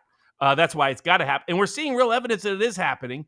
And it's just the beginning of other things we're seeing happening, because we're also seeing Harmeet Dillon really continue to step up, brought suits across the country on these rogue state election officials trying to keep dirty voter rolls. So we're starting to see it in more expanded, extended roles. So my confidence is building that Bobby Kennedy survived the coup attempt against him over the last month, got the information out about Tylenol being connected to autism. Talked about that last week, that was likely coming. It did come. There's been evidence. Tylenol's own people have been admitting this for years internally. And that credit to Daily Caller for getting that information out. I know about it because I've been researching this for over a decade when my brother's son was diagnosed autistic. And I was like, what the heck is happening? And one of the research studies they came across was a doctor trying to figure out the difference between Cuba and the U.S. And his conclusion is there's probably a tie to Tylenol with pregnant women, late-stage pregnant women and babies. Because our rate in the U.S. was much way higher than it was in Cuba. It was the biggest distinctive factor, along with the too many vaccines and toxins in our environment. And and I understand people are going to say, well, Cuba, it's a communist government. They don't want to identify anybody with autism, so their numbers are wildly low. But Robert, the internet is forever. You probably saw this, so let me just bring the volume up a little bit. Listen to this. This was CBC News in October 2020. Experts has released an important statement on pregnancy and pain medication. Yes. It's part of a study in the British scientific journal Nature. And here's what it does. It cautions pregnant women about using acetaminophen. And that is the active ingredient in Tylenol and many other medications that so many of us use to relieve pain or fever. CBC Health and Science reporter Christine Burak has the details. Oh, whatever. Bottom line, it says it causes prenatal neurological disorders or post. It Correct. causes neurological Which is what autism is a neurological disorder. And so aside from the lunatics who now want to pretend that you should celebrate it's a superpower. We need more of it. I'm waiting until they create a word like an autistophobe. They're going to call people an autistophobe for wanting to minimize autism. Oh no, it'll be even worse. So, you're not a phobe. You're a hater. You're a discriminator. That's the kind of But name how many Now, here's the thing. There's a lot of people. I got a sister-in-law in this category. They don't want to think they did anything wrong. Yep. So they're all for interpretations of autism that suggest it's natural, it's genetic, it's environmental, but environmental beyond their control. Those are the answers they want to hear. They don't want to hear, maybe there's something I did in the number of vaccines, the timing of vaccines, the sequencing of vaccines, the use of Tylenol, other things that might have caused my child to be autistic. Now, the other thing that the media didn't want to cover at all is they have some potentially promising therapeutics that might be able to mitigate the worst consequences of autism. That was also announced by Robert Kennedy, because he's sincere and serious about getting to the bottom of this and trying to make our children as healthy as they can be. So the credit, I don't know whether the story is true, but all these lunatics saying I'm late stage pregnant, I'm going to take a bunch of Tylenol, and there was a story of somebody ODing on it. Don't know if it's true or not, but it's the kind of thing you could see happening. And what happens if their kid is ends up autistic, and they may have caused it because they are against Trump? This is the level of insanity these people have. So the credit to Robert Kennedy for continuing to move forward. Credit to President Trump. He kept his word on this. There was a few of us a little nervous whether he was going to follow through with all this pressure from the big pharmaceutical industry. He kept his word. He went out there and said, yep, go forward, Bobby Kennedy, and then used his own truth post to say, hey, we got to start staggering when we do vaccinations, which vaccinations we do, whether we use Tylenol or not, or something else with that. Trump is honoring his commitment to Secretary Kennedy, and that is a very promising indicator in that. Robert, so I don't know, half of these stories I think are fake, but I came across this tweet over the weekend, which was Amanda Littman, who says, I took my newly 1-year-old baby to her checkup this morning, and she got her MMR, chickenpox, flu, and COVID shots. If she's feeling fussy tonight, I'll alternate Tylenol and Motrin per my doctor's recommendations. How fun that I get to ignore the president and be a good mom and good citizen instead. And I said, first of all, it's real, because I went to her profile. She wrote a book called We're in Control Now or something. I was like, you gave your 1-year-old a COVID shot. You're an idiot. And then if he gets fussy, not if he needs it because he's got a blaring fever, if he's annoying me, I'm going to drug my kid to sleep, is basically what this nutbag lunatic, who's a real person. And if he gets fussy, if he's annoying me, I'm going to give him drugs and make him go to sleep. After giving him a COVID shot at the age of 1, they need to have their heads examined. Some people are saying this is what Child Protective Services are for. I don't agree with that at all. No. But when you know what Child Protective Services knows or not. But is this person making it clear to everyone she's being neglectful and irresponsible to her own child? Yes, she is. I think the potentially appropriate legal remedy is for that child to take action when they're an adult against their own parents' neglect and abuse, because the statute of limitations is told until they're the age of majority. Posting it like she's a good citizen. It's straight out of Starship Troopers. These are insane people that are proud of their insanity and like to brag about it because they don't recognize it as insanity. That's the great danger of it. Speaking of which, one of these lunatics, this art professor at the University of South Dakota, went on this rant against Charlie Kirk after his assassination. Then she took it down and corrected herself. But it caused such controversy, the University of South Dakota felt it had to fire her because you can't have someone in a position of social authority out there greenlighting No, it was a man. incentivizing murder. It was a man, Robert. I was confused for a second. Philip Michael Hook. Robert, okay, look here, hold on. So I did a car vlog today. I did 3 car vlogs, and they're in the process of being edited. This one, I'm not trying to be a fence sitter or holier than thou. I'm on the fence about this one as to whether or not the statement should warrant termination. But I want people to read the statement because it's earmuffs. It's fucking vile. It's vile. The guy in late afternoon, September 10, while at home and off work, Hook posted the following message concerning the recent shooting and killing of Charlie Kirk to his private Facebook account. I don't know how you have a private Facebook He's a professor. Yeah, I do look. I mean, that's your typical liberal judge trying to say private. How's that private? No, that's a public Facebook account. Almost by definition. Yeah. If you have a Facebook account, how is it private? If it's private, nobody can see it, and it's not a real Facebook. No, it's only because he only lets people in who he wants on the internet, and they can do whatever the hell they want by screen grabbing it. His post was this: okay, I don't give a flying F about this Kirk person. Apparently, he was a hate-spreading Nazi.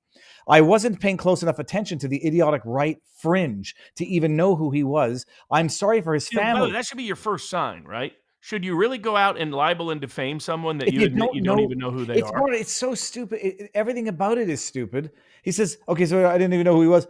Listen to this. This is what I'm sorry for his family that he was a hate-spreading Nazi and got killed. I'm sure they deserve better. Maybe good people can now enter their lives. This is how these filthy fucking commies actually think. Like, I'm going to... we'll take out the evil and then we will infiltrate and we'll bring in the good. Sorry, I'll finish it. But geez, where was all the concern when the politicians in Minnesota were shot? It was everywhere, idiot. And the school shootings and Capitol Police. I have no thoughts or prayers for this hate-spreading Nazi. A shrug be. So Robert, he's a professor. He's at a university, so I presume it's a government entity. State university, University of South Dakota. State. So it's a state action to fire him. Correct. Which is presumptively, I guess, they went through the test. He got a TRO. The punchline of all of this is he got a TRO enjoining his reinstatement pending further proceedings. Basically, he's not going to be legally fired because the federal judges said he can't be. The question is this: he's working for a government institute. I didn't want to get ahead of out of my lane or ahead of my own knowledge. If it were a private employer, I would say he deserves to get fired because he's compromising the brand of the employer.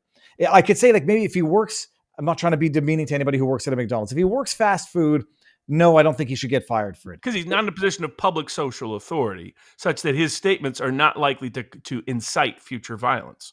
A professor at a public university saying those things is likely to incite future violence and creating a political permission slip by these kind of statements. Well, and the school had a protocol which said they even granted, okay, fine, it's presumptively violative of the First Amendment. We have a policy that says even if it's off school property, not on your employment time, if it causes substantial disruption to the campus activities, then we can fire you for it. This flipping judge came out and said it didn't cause substantial disruption on campus, that people calling in and flooding the lines with messages, well, that was off campus and there was no evidence adduced that it interfered with campus activities. I'm like, holy shit. I mean it's activist judging, but there's a lot of these liberal Democratic judges appointed in these conservative Republican jurisdictions.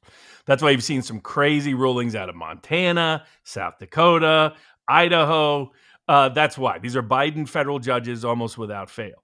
So to me, the big key here is this is a person in a position of trust in public with social authority. And the University of South Dakota's own rules say that because of that, you have to be more careful about what you say because it will be perceived that what you are saying is in that position of public social trust and public social authority because we, the university, have given that to you by making you a tenured professor at said public university. So they cited that particular rule. So I think the judge didn't adequately address that issue precisely because that issue undermines the judge's decision. Now, there's other aspects I don't disagree with the judge on. So generally speaking, the question is, in a First Amendment case, are you speaking as a private citizen, or are you speaking on behalf of the institution or the government itself? Because if it's the latter, they can fire you tomorrow. If it's the former, they can't fire you at all. So the argument was it was on their Facebook account, and even though their Facebook account identified them as a tenured university professor, the judge pretended that was somehow insignificant, inconsequential, when it really isn't. Right? If this was someone's private account or private statement to somebody that had nothing to do with their role as a university professor, I would agree with the judge's decision. The problem is that this person is using their platform and their stature of public social authority to incite future violence. And notice the judge didn't even talk about that, because the judge is a political hack who probably privately agrees with the individual statements. Who appointed the judge? I remembered. I think it was a Bill Clinton appointee, but set that aside. Now, what? Not to be mean to the guy, he took it down within a couple of hours and then issued an apology. I think he deserves. I think he deserves to get fired, but I don't know if that's because I have seething rage for assholes like this who would say something like that. Well, my concern is his public social authority. So the fact he took it down, I thought it was to his benefit. Yeah. We want more people to do it. Like, there are people who criticize Jimmy Kimmel's apologies. I'm all for that. I'm all for more people publicly confessing that their prior acts to incite illicit violence is wrong, even if I think they're insincere. It is a good thing to see that in terms of the social discourse, because it moves it in the right direction. Now, I also agree with the judge that you don't get a heckler's veto. And that disruption is often used as a pretext for basically asserting a heckler's veto. So I agree with that part of the judge's ruling. The part of the judge's ruling, I because the judge didn't even address, was, does the fact this person was in a position of trust in public authority, inciting violence against another, which is a reasonable interpretation of that statement, does that change the First Amendment analysis from an institutional perspective? The judge doesn't even address it. So we don't even get to figure out whether the judge's analysis is right or wrong, because the judge refused to even address that issue. And I think that is a critical question going forward. And I'm always going to be biased on the First Amendment side. So if this professor ends up winning when that analysis is finished, I probably won't have a problem with it. But the key is, at least that analysis has to be done. And make a persuasive argument that what he needs to do, in my opinion, is that his public social authority had no impact whatsoever on how the statement would be perceived or what he intended.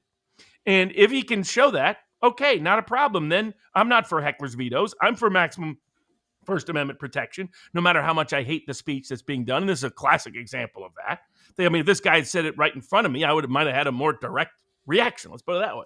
And I think they would have justifiable cause. I defend I won't go any further. I'll get myself into trouble, more trouble than I already had. But so the aspects of the case I don't disagree with at all. The problem is the judge did not address the big issue, the elephant in the room.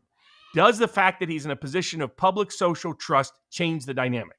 Does the fact that he used his page, which identifies his position of public social trust, change the dynamic? Yeah, the failure to do that is a fundamental failure of the judge. This is where people. I'm not a bleeding heart. I think he should get fired. I just want to make sure it's legally sound. Assuming he said it at a dinner table and it's a private account in that only like things like that. Then I'm like, okay, no.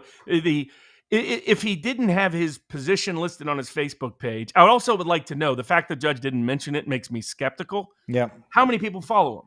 Who follows him on the Facebook page? Do a bunch of his students follow him? Does he promote? That's totally fake. There's no such thing as a private Facebook account. I think what the judge meant to say was that it wasn't a governmental account. Well, no, or that fine, but that's different than pretending it's private. Well, I'm just trying to again steelman it, or that it was private. Like he has to accept you in. Like it's not like kids have their. What she means is it's not the University of South Dakota funded Facebook page. Well, I'm trying to think of if you're at a family dinner, you say the exact same thing, someone records it and then posts it online. Do you get fired for that? Like if it's that level of a private Facebook account.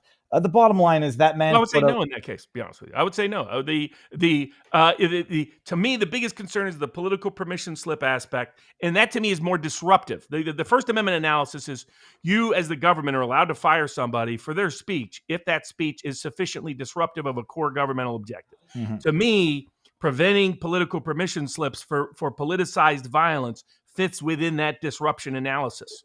And him being, if he's the janitor, I don't think he should be fired. But he's a professor with influence over students that the state has given him. The state has given him that influence. The state has given him that authority. And that, to me, changes the analysis substantially. And the judge just ran and hid from it, probably because the judge knows if you do that analysis, the conclusion is not clear. You know what? I'm actually going to reach out to the prosecutor and see, answer that question as to how private this was, how many people were on it, and whether or not it included any students. Robert, before we get painfully behind over here, Stop Info Tyranny, which is a new name that I've seen on our vivabarneslaw.locals.com. What's the name of the globalist group that Canadian politicians are trying to keep happy by slaughtering the ostriches?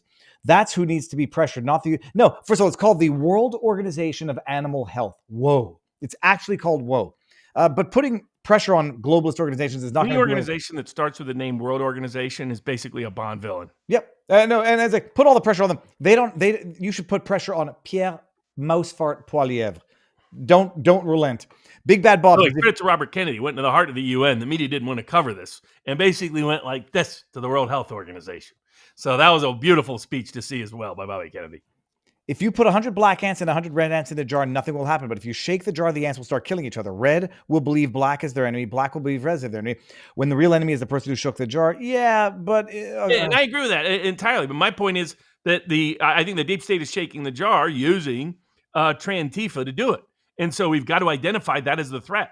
Any threat that says, oh, Trantifa had nothing to do with it, helps the people shaking the jar get off the hook. Well, and not just that, someone shook the jar. And if I'm the red ants and the black ants, well, take it the other way. If I'm the black ants and the red ants are coming to kill me, I'm going to, do what is necessary to do. I'll worry about who shook the jar later and how to prevent them from shaking the jar later. But right now, you got a proximate threat that you. Well, the first way you get to the people shaking the jar is the people who put those red ants in the jar in the first place.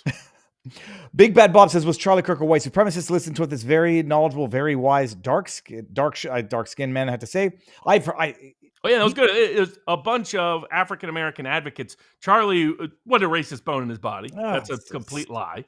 And all these people that keep lying and libeling, thinking that there's no potential consequence, what they don't recognize is that while it is generally true that a defamation claim does not survive death, the exception is if the defamation claim is being brought upon by an organization that was represented by that individual. Turning Point is still here. Turning Point can still bring libel lawsuits and intentional infliction of emotional distress claims by Erica Kirk against these people. And so they might want to keep that in mind, because there's plenty of us that are happy to help Erica or Turning Point or any of them get accountability for the lies and libels being told by all these powerful, in many cases, powerful political public figures against them. Dexter should try reaching out to the Institute for Justice. They're really good. I like the Institute for Justice. Yeah. And we're going to be adding Dexter's case to the 1776 Law Center portfolio of cases for the world to pay attention to. Dogs Nose says, take the conspiracy to a separate show. Well, we're going to move on. But F. Chatron, the messages are sus. Howard the Duke been hearing some fairly disturbing military-related rumors. Covert bombing of Sudan to clear out space for Gaza refugees. Troops that needless to there's say, all kinds of wild stuff going out there. I think they're gathering the military to dress them down and to clean up. All this was say, oh, we're about to go to war with Russia. We're about to go to war in Venezuela. It's like, no, I don't think that's what this is. This is Hegseth calling them all in person to stop the insanity. The politicization, all these generals have politicized their position disproportionately. They're saying crazy things. They're leaking things they're not supposed to be leaking. They politicize their departments using vaccine mandates and trans idolatry and ideology. And Hegseth wants it all done with, all finished, all over. And he wants them all in the room so they can make it clear to them that there are certain consequences are coming to them if they don't stop the insanity. We got too many generals anyway. Got all these fake generals, to be honest with you. The generals that don't deserve. I mean, all they've done is lose things, and somehow they get more little stickers on their lapel. But I think some of that is exaggerated. There still is risk with Iran. There still is risk with Ukraine. There still is risk with Venezuela. But I think those thinking there's imminent World War III misinterpreted what some of those things were, including Trump's own truth post, which I don't recommend sarcastic posts that could lead you to war, but I think it was a sarcastic post meant to exit us from Ukraine, not enter further. And everyone should have watched the Bourbon with Barnes where you explain that out, but basically saying, oh, yeah, Ukraine is doing so well, they don't need us helping them anymore, so we can pull out and Ukraine will take over Moscow in 3 months. S. Ren says Charlie Kirk, multiple ICE facilities and a church today. It's political terrorism. It absolutely is. And it follows on ones that happened just a few months ago in Kentucky. I mean, for those who don't know, a Mormon church in Michigan was attacked today. These people have gone insane. They keep getting political permission slips from people in authority. They keep getting political protection from both the NGOs and elected officials. And we got to unravel all of it. The good news is there is increasing indicators in the Trump White House that they're aware of this necessity. The one coming out of the attack on the Mormon church, there's some debate as to whether or not the guy was he was an Iraq war veteran, apparently donated. Well, no, sorry. So I double checked, and I guess with Data Republican, there was a meme going around that said he donated to Act Blue. It might not be the same person, so you might want to hold off sharing. Yeah, you always have to be careful with that. I mean, like it's not clear whether Robinson's uncle is the one that's tied to Ukraine or not. The same name, but there's differences there. So you never know for sure with these kind of information. But there is at least preliminary information that these shooters are overwhelmingly. In fact, there's an article in Axios. Senator John Fetterman was tweeting about it today. That leftist violence is at the highest level it's been since the 1970s. This is terrifying.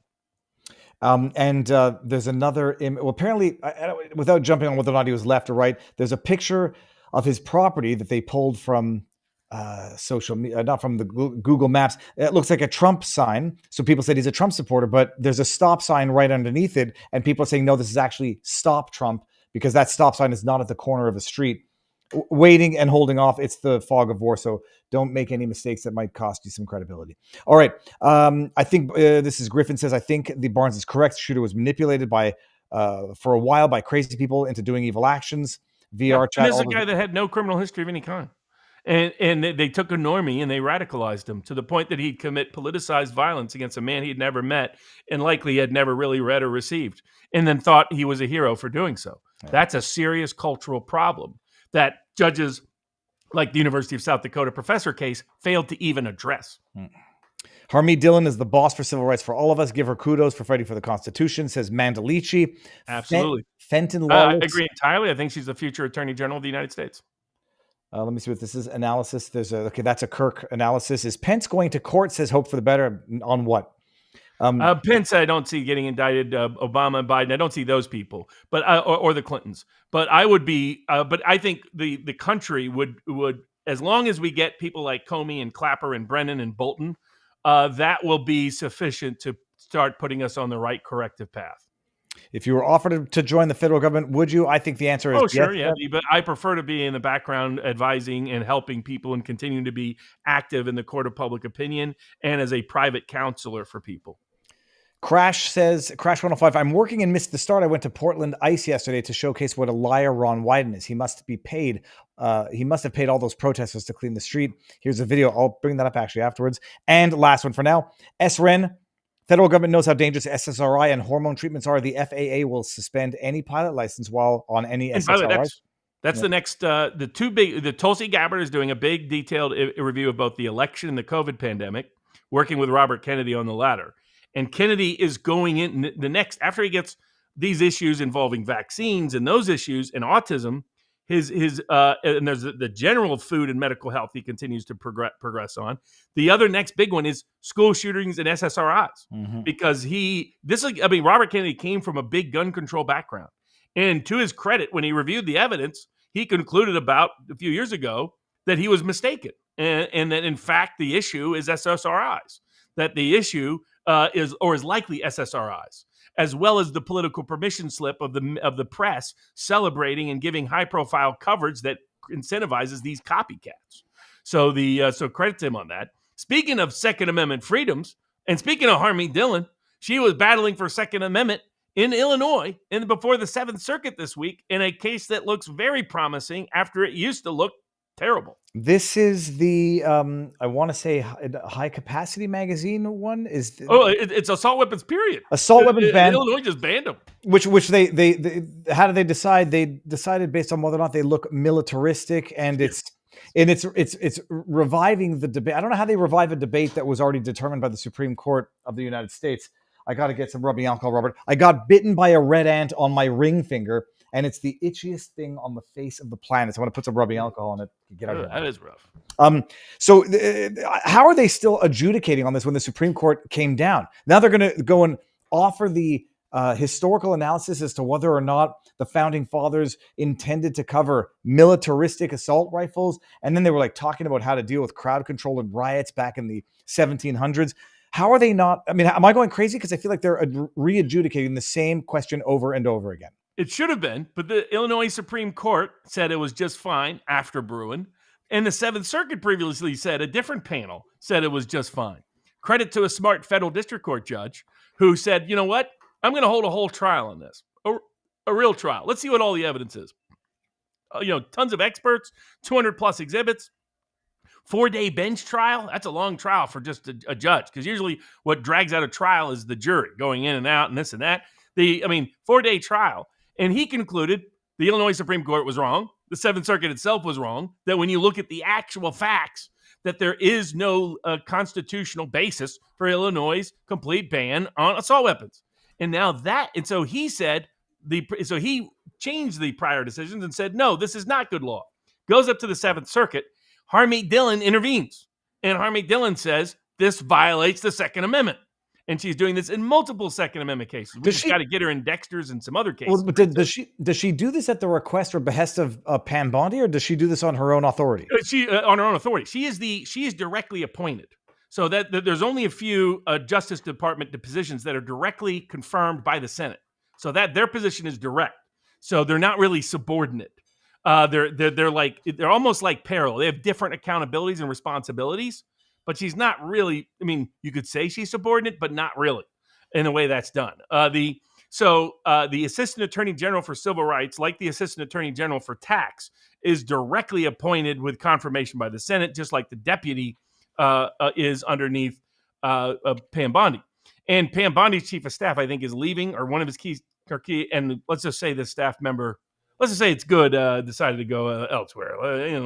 Some of us might have been incentivizing and motivating that to occur. So I've seen a lot of promising stuff out of the Justice Department in the last month. And if anybody's been watching, I have not been the biggest fan of Pam Bondi. I've been a big fan of Harmeet Dillon. I've known her for many years, worked with her on multiple cases. Great, very smart, very creative, fearless lawyer.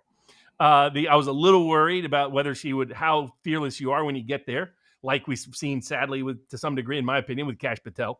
But with her, she's been gung-ho, and she keeps expanding and expanding and expanding. So she went in and said, no, the Second Amendment is clear. This Illinois law is unconstitutional, and that's the official position of the United States government.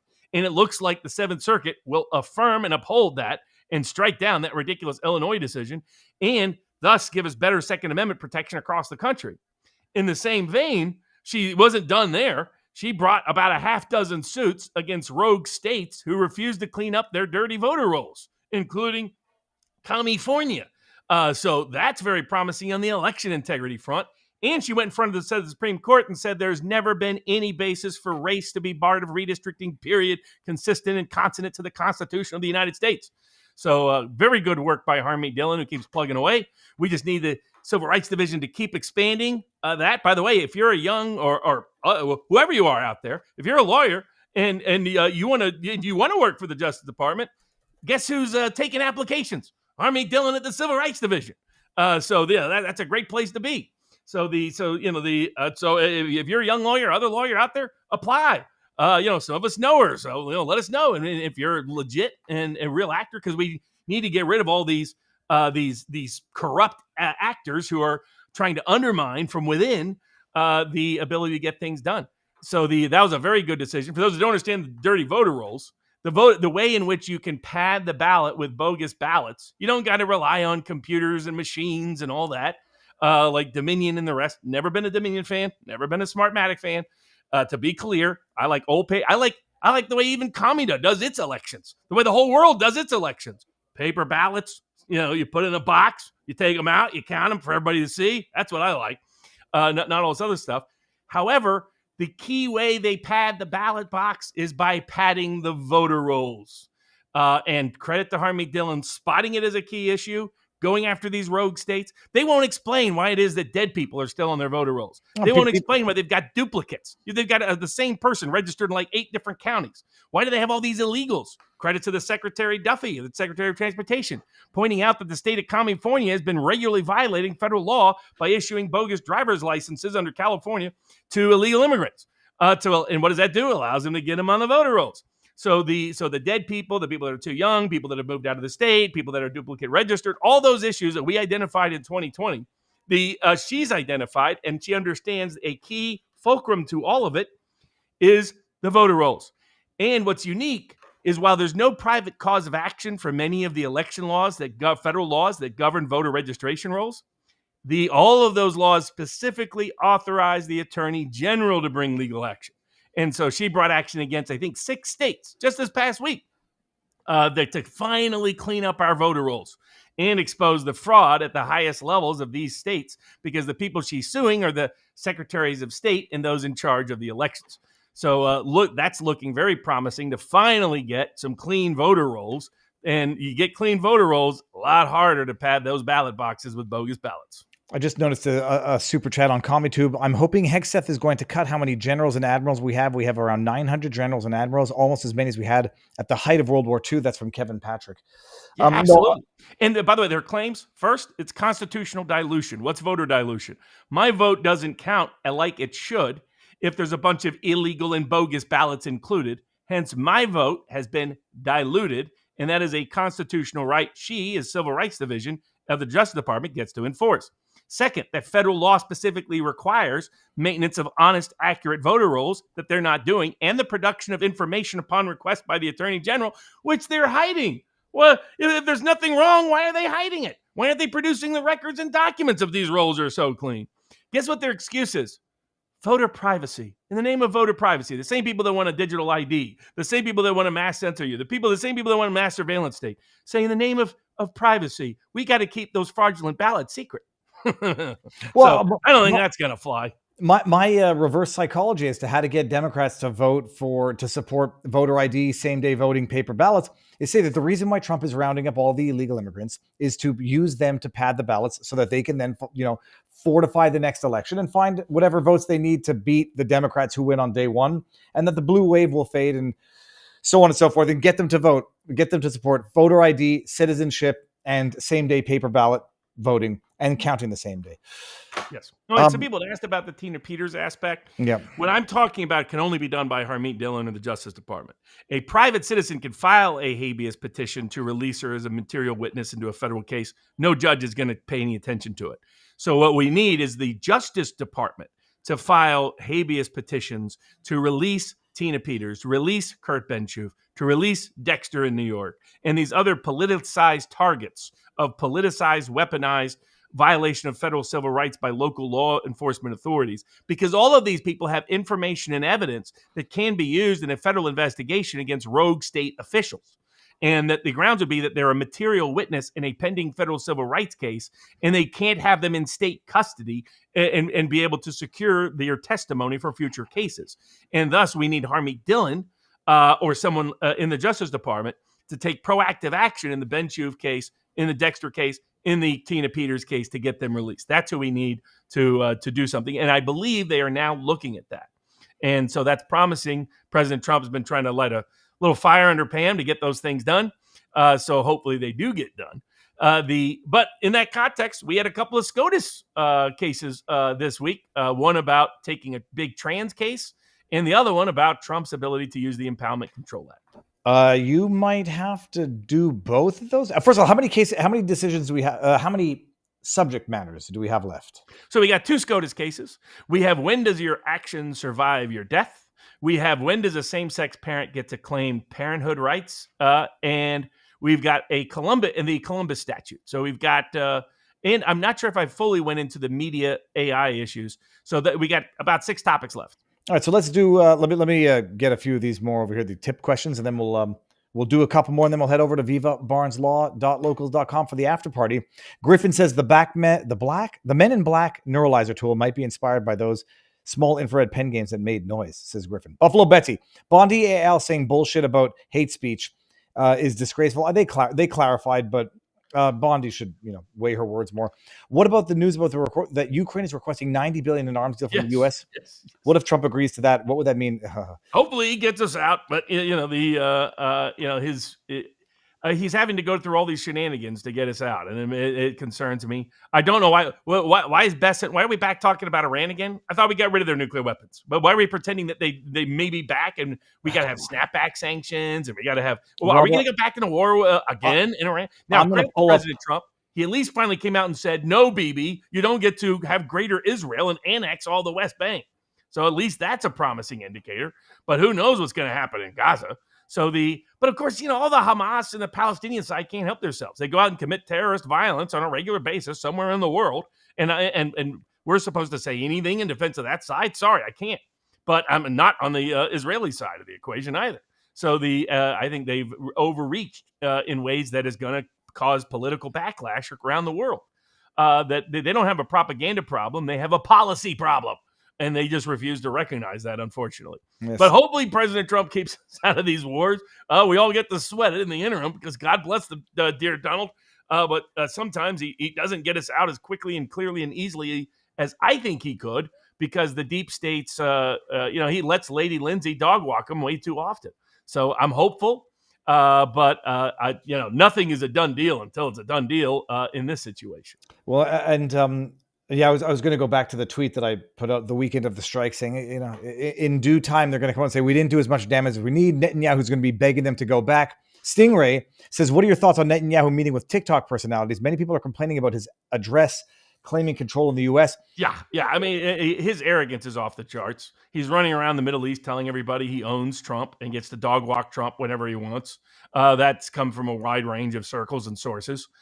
Trump knows it's a problem. And he's trying to figure out what to do with it. And we'll see how he handles it. But I think Bibi's gone crazy, gone loco with the Greater Israel Project. He was kind of forced to because he was cut off from center-left allies by the indictment. And I get the indictment, but I mean, it's more like technical violations. I mean, it's not really a compelling indictment. But what his critics did is unleash the Greater Israel Project on the world. And that, I think, is a very dangerous project for peace around the world. But we'll see. But, the UN, he had a wide range of presentations and speeches this past week. But Trump has ordered an investigation into, imagine the arrogance that somebody at the UN thought they could sabotage the president of the United States. What would have happened if Melania had fallen and hit her neck against those sharp escalator stairs? Do these people think any of this through? Well, but not just that. They're nuts. Why don't we just get rid of the UN? God bless Jesse Waters. Please, I know you're just trying to tell a joke, but please let's have less jokes about bombing civilian places. Just saying. God bless you, Jesse, but come on. Let's get more Tucker version of Jesse, not Bill O'Reilly version of Jesse. And I like Jesse. I've been talked to him in the past. Why are we still in the United Nations? Why are we still in NATO? I'd like us to exit these organizations. I think there's iffiness to what Trump is doing and bombing drug boats, but I hope it's actually a fight on drug cartels and not a disguise to invade Venezuela. So if the president's getting increasingly is in a position where he can survive the midterms as long as he keeps us out of a dumb war. But that latter part just remains an open gamble between now and November 2026. No, they joke about it. Imagine they cut the elevator with the crazy person that they let in through security. Like, you get a crazy person stuck in an elevator with it. And there was a crazy person in there because somebody attacked one of Robert Kennedy's assistants right inside the UN. And got charged with assault, aggravated, bunch of charges. But that's what they want. Raised about a visa suspension. This was raised on our locals board. Yeah, I think it was a Bolivian, or I forget. Some government official came forward, said a bunch of things. Rubio didn't like it, so he suspended his visa. I disapprove of suspending visas if it relates to travel to the UN, because the quid pro quo for the UN to be in New York was that we would not weaponize our visa access for that purpose. If it's for something other than that, if it's any purpose other than the United Nations, I don't have a problem with the suspension of the visa. If it includes trying to deny access to the UN, I disapprove of it because that was the quid pro quo we cut so that we would be able to spy on the UN whenever he wanted because it's right there in New York. They could kick them all out, appropriate the buildings. Trump can turn it into a Trump Plaza 2.0, condos or a hotel. It'd be a beautiful hotel. All right, Robert, what's the Supreme Court got? We got two Supreme Court cases. The first one is on Trump, and the second one is on trans. You pick which one we go in what order. Go trans, because I'm going to have to refresh my memory as you talk. So what is remember, we've been covering all of the way that this corrupted culture, this through our public educational system, has radicalized so many of young men in America by convincing them that they are not the gender God gave them. And this trans ideology, which I call a trans idolatry, because that's what I think it is not only contrary to almost all of human history and contrary to the biology God gave us, but is also contrary to common sense. And Title IX. Exactly. When you unleash in people, something happens in people's brains that when they stop knowing what gender they are, they start becoming very, very dangerous to themselves and others. The rate of sexual assault violence 4 to 5 times higher by trans. In physical violence 4 to 5 times higher by trans. The probability of engaging in sexual assault 4 to 5 times, all of it, just across the board. Sexual assault, physical assault, intimate violence, public violence, all of it's much worse as soon as somebody doesn't know what gender they are. That doesn't mean every trans person is going to do this, but there's about an 80% chance that they do. Well, it's also that you get people who are bona fide evil, crazy, violent, who now can get some cheap social media, public cover. They get cover. They get filter. They get protected. I'm not crazy. I'm just trans. But Robert, this is what I never understood how people get so stupid. Forget the trans. The trans movement is one thing. That they got people to say, yeah, Title IX existed to create separate categories so that ensure that women were not discriminated. It was to give an excuse for women to be able to play sports and us to continue to fund it, even though nobody wants to see them play sports unless it's beach volleyball and USC. Tennis is the only sport, and I'm not saying tennis. That's not bad either. Not because of the women's tennis, women's volleyball, only sports that should be allowed. Robert, not because of the way they look, just because the rallies go longer in women's tennis. I was focused on how they look. The cheerleading, I'm all for cheerleading too. I think that's a very important space for women's athletics. Gymnastics. Gymnastics. I'm for that too. No, because men's gymnastics is pretty damn good. Like the pommel horse or whatever the heck that thing is, the pommel horse. I'm trying to think of a sport that most people would like that is women. Okay, it doesn't matter. It's the patriarchy. You're going to be struggling for a while. There's none that make money financially. God bless them. But there's like the WNBA, pay us what you owe us. Well, then you owe us money because you just lose everybody money every year. The whole basis of this has been through the school system. Get it into the locker room. Get it into the restroom. Get it into the elementary school, junior high, high school sports team. Legitimate in this trans idolatry. And finally, the public started fighting back. Megyn Kelly, this has been a big issue for her, saying you are diluting and diminishing the value of women's sports by letting men compete in it. It literally was an old South Park episode became reality.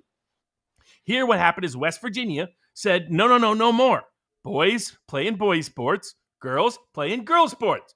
Boys don't play in girls sports. But the Fourth Circuit said, that's outrageous. Gender identity is part of Title IX. No, it's not. It's nowhere in Title IX.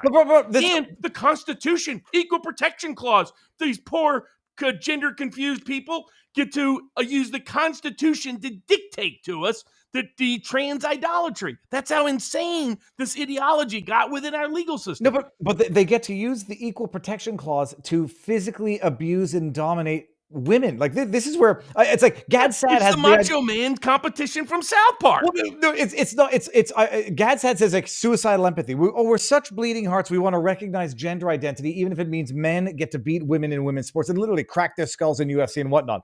I was saying jokingly homicidal empathy, like that. You do it or we'll kill you. This is like retarded empathy, is what this is. Is we're saying we are so tolerant that we're going to defy the very reason for which we created Chapter 9, Title 9 in the first place, which was to protect women from getting dominated by men. Like you've come full circle in the loop of idiocracy. So the Supreme Court's taking it up? No ruling yet. And they took up multiple cases, including the West Virginia case. And what I think that highly likely means is the Supreme Court is going to put an end to this insanity. That Title IX does not recognize and never has gender identity. Title IX is based on biology, based on what God told you what gender you are. That's what it's based on. And in order to respect women's rights, in order to respect women's ability to compete on their own terms in women's sports, then biological men need to be excluded regardless of what. By the way, and then what happened in the West Virginia case? The person got an injunction and the man went on to dominate all the competitions to deny all of those young girls the opportunity for the recognition for their achievement. Mm-hmm. So that's what happened. And that's the insanity by those lunatic leftists on our federal court system. A bunch of federal courts have said trans have special rights under Title IX. They've said trans have special rights under Equal Protection Clause. That has always been insane. And I believe the Supreme Court will come in and say gender identity is not recognized under the Equal Protection Clause as a suspect class. And gender identity is not recognized under Title IX because it was intended to protect biological gender and biological gender only. West Virginia's law is completely consistent with this and cleanly and neatly crafted as such. I think the Supreme Court's going to rule that. And we're finally going to get some rollback on all the trans idolatry consuming our educational system and sports competition system in broader society. Here's the major question. How's Ketanji Brown Jackson going to rule if they finally get a biologist in who says, yes, Ketanji Brown Jackson, women have vaginas and men have penises? Like, will she? I mean, this is like something from the movie with Arnold Schwarzenegger. Yeah. Boys have penises, girls have vaginas. I mean, that would be blasphemy today. We'll see. The insanity with which these people say things with a straight face, expecting people to believe them, has been incredible. But I think the Supreme Court's going to strike it all down, which will be good. And in another Trump win, I think it's like win 18 in a row.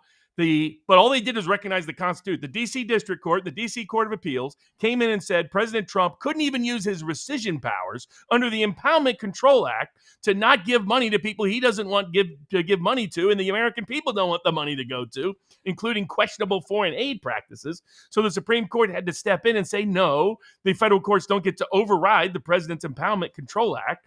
Nobody gets to sue the president if he when he exercises authority under the Impoundment Control Act, and restored the president's right to control federal funds like the Constitution entitled him to. So another good ruling from the Supreme Court, which provides some hope as we go forward in the rest of the term, which started this past week. Amazing. We got David DeHart over on ComeyTube says 30-06 is a 7.62 millimeter U.S. sniper rifle. M14 is a 7.62 millimeter, has a flash suppressor at the end of the barrel, also has a silencer for it, also AK-47.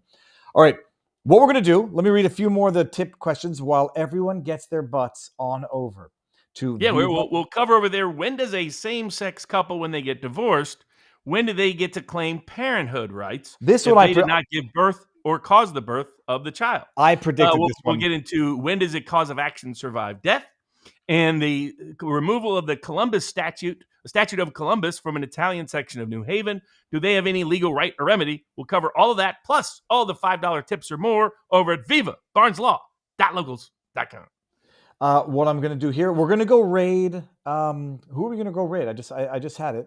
We're going to raid. I've lost the logo here. Matt Morse TV. We're going to go raid Matt Morse TV. As I do that, come on over to vivabarneslaw.locals.com. I'm going to read the chats and raids while we do this. If my fat fingers can type properly, I'll do this. And let him know from whence you came. Matt Morse TV. He's talking Portland Antifa versus ICE. It's going to be interesting. Raid confirmed. Let's do as many as I can real quick, Lack. We got I'm going to go all the way to the bottom of no, we're going to have to like this. Let's go back up here. Confusion among our local workers about no tax on tips actually meaning same tax, but a moderated refund later. Trump wasn't candid on this. We talked about that. That was Congress changing it in ways that undermined the efficacy of it. Doctors are using prescription Leucovorin to kids with ASD. I don't know what this is. So I'll get my hands on some of it the way I got my hands on ivermectin during COVID. Doctors are refusing to help with kids with ASD. That is, Tylenol has killed what 20 times more people than ivermectin ever did. Ivermectin was prohibited for use, and Tylenol incentivized. 500 a year, Robert, on average. Buffalo Betsy, in the meantime, they help stand in the way for parents like me, us, to getting answers because y'all say they work for the other side. By mocking and criticizing those who've accepted, we may have unwittingly played a role in our child harm, says Buffalo. I say for all the, but for the grace of God, our kids didn't get that. We didn't give our kids that jab, nor we were going to, but. Somebody in the locals chat put a photo in of Viva's hands. It's just funny. I want to look at that. Just making fun of you talking about the fat fingers. And by the way, it's like I've been bitten by ants. This was just I was biking with my wife last night, and we're going through tall grass, and the ants just like start feeling the little bastards are biting me. That's what I've explained to all my relatives and family and friends that love camping out and doing things outdoors. Florida. God would not have invented indoors if he wanted us to stay outdoors. Well, Florida, I couldn't imagine actually camping. Mosquitoes are bad, but not as bad as Quebec. Red ants, snakes, alligators. We're biking. We see a freaking snapping turtle on our trail. It was small, though. Cousin Eddie says the professor in South Dakota should absolutely be fired. We in South Dakota don't put up with morons. We are clearly a small population. Yeah, I think he should be fired, but I want to make sure I'm not saying that because I believe it or because I just like seeing him get fired. What can President Trump do against companies who have kept pandemic prices inflated post-pandemic, says Gray 101. There's certain monopoly and antitrust. That's where there's a great assistant attorney general for antitrust, Gail Slater. She's trying to do really good work. Times a certain Pam Bondi has interfered in the efficacy of that work. If she could just stay out and encourage and incentivize what Slater is doing, then we could get at those kind of issues because often there's antitrust violations, monopolistic violations involved. Because price fixing, things like that. Buffalo Betsy says, autism and denial of parents agree with Barnes wholeheartedly. My daughter, 9 years old, has autism spectrum disorder. Some of these parents are so emotionally immature and stunted and selfish that they would rather shield themselves, ignore from potential causes where they may feel implicated because they cannot wrestle with any internal guilt. So they smear others as part of the psychological self-protective measure. Absolutely. It's going to be the same thing with the COVID. Rather than blame the big pharma companies for lying. No, that's what they should be doing. You imagine if thalidomide children were not so obvious, if it weren't such an obvious correlation, they would still, it's genetic. Like it's genetic. It just happened. Let's do a couple more over on Rumble just to get these and I'll get to the rest afterwards. Women field hockey is pretty good too, says Dan Vicious. U.S. church shooting just now, 2 dead, building on fire. Yeah. So the donations that allegedly made by the guy to Act Blue, it's another guy with the same name. So don't repeat that. There's some screenshots that say he was an anti-Trumper. I'm going to just double check those in as much as I can. Jay Techie says, why is Election Day not a national holiday? It should be, as far as I'm concerned. Randy Edward, John Locke, 2 treaties of government was a main influence of James Madison, Benjamin Franklin, Tom Jefferson. Per Locke, the right to bear arms is instrumental in policing rogue government. Absolutely. Absolutely. And it's self-defense. People tend to forget that. Like sometimes they get caught up in defending yourself against the government. It's giving the power, the means and the right of violence for your self-defense to you as an individual and not letting the state have a monopoly on it. I believe that people are saying there's another shooting. Let me just see if I can find this. Okay. I mean, it's clear they're just going to unleash them unless we crack down. We've got to massively crack down. And that's got to be the shun and shame on the political permission culture aspect. It's got to be terminating people that are in positions of social authority aspect in terms of employment and keeping and not letting them stay in those positions of public social authority.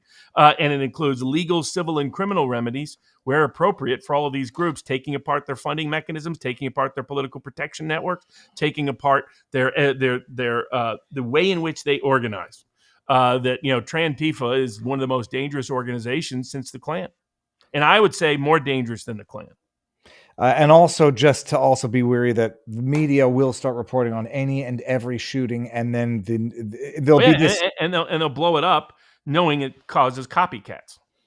AOC LOL, say it louder, Barnes. AOL. Sorry, Bill Dozer says, Kirk shooting. I shot my buck last year at a similar distance and angle. The 270 round I shot my deer with didn't exit. It hit the shoulder blade, destroyed the heart, and broke apart inside. Gunpowder residue test on Tyler. We'll see evidence when they have their trial. 1973 Stonewall riots is the mothership of controlling language use. I would note he was arrested a day and a half later, so that's going to change what kind of physical evidence you're going to get from that. Yeah, well, if they find his clothing, maybe they'll find something there.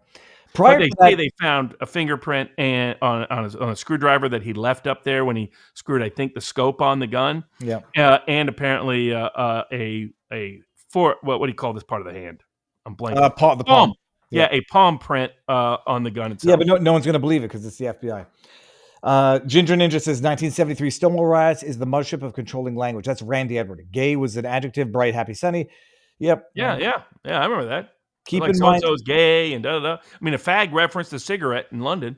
Not anymore. Well, and it used to, I think that goes back to, was it a fag? It was a bundle of sticks that they used to burn. I'm not sure. To give you an idea, even the LGB community is starting to wake up to this. Yep. Because they started to form, they're like, why don't we drop the T and the Q part? Because these people are insane.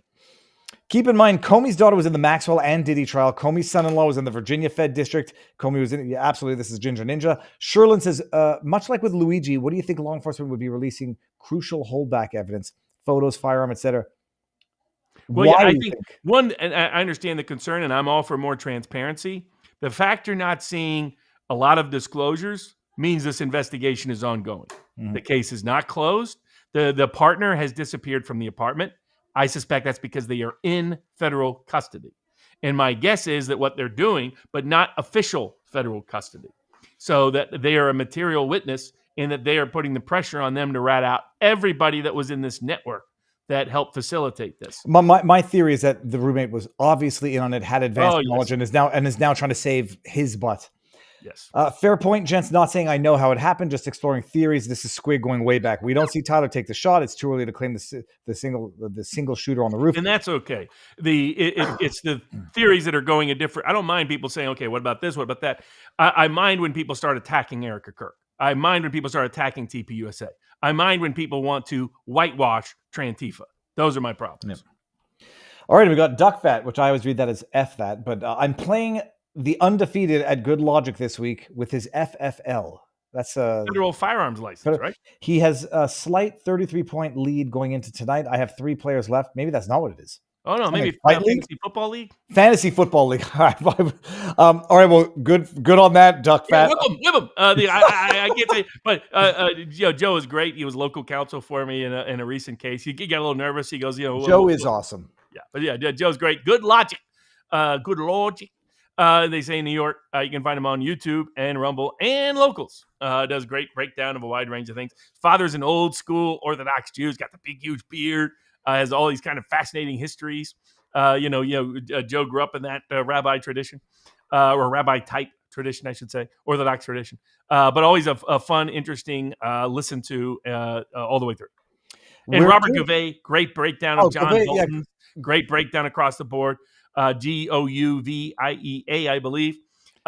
Great follow online, consistently, YouTube, Rumble, Locals as well. He'll go through all the complaints. He'll go through the legal documents. He'll show you all the information. Usually these really cool, like, presentation things, like trial-style presentation things. That's really cool. He does amazing work here. Let's see. My goodness, so he's crushing it. Let me let's just give one here. Yeah, I just hung out with Robert. He's also ripped like you've never seen. This is Robert Gouvet. We have a stream ahead. We've got liberals freaked out. He's great. James Comey. Married very well. About to marry very well. I was quite impressed. I am my eyes. I've got the married blinders on. All right, everybody, get your butts on over to Locals. We're going to end it here. I'll be live tomorrow. Robert, what do you have coming up this week? Not sure. Definitely want to have bourbons Tuesday, Wednesday, and Thursday at vivabarneslaw.locals.com. There's a Barnes brief posted. Might have some hush-hushes on, MK Ultra, other projects this week that might be applicable and analogous to events and information in the news. I think that I don't think I'm doing any other. I have a bunch of client work. But that's it otherwise. So the vivabarneslaw.locals.com is where you can find all the interesting information and content that we provide, and our community, which is exceptional, extraordinary, and always above average, also provides. And I'll be live tomorrow, 3:00 as usual, but Steve Baker's going to come on. We're going to talk about the FBI agents. Okay, so we are ending it now on all platforms except for Locals. Here we go. 3, 2, 1. Peace.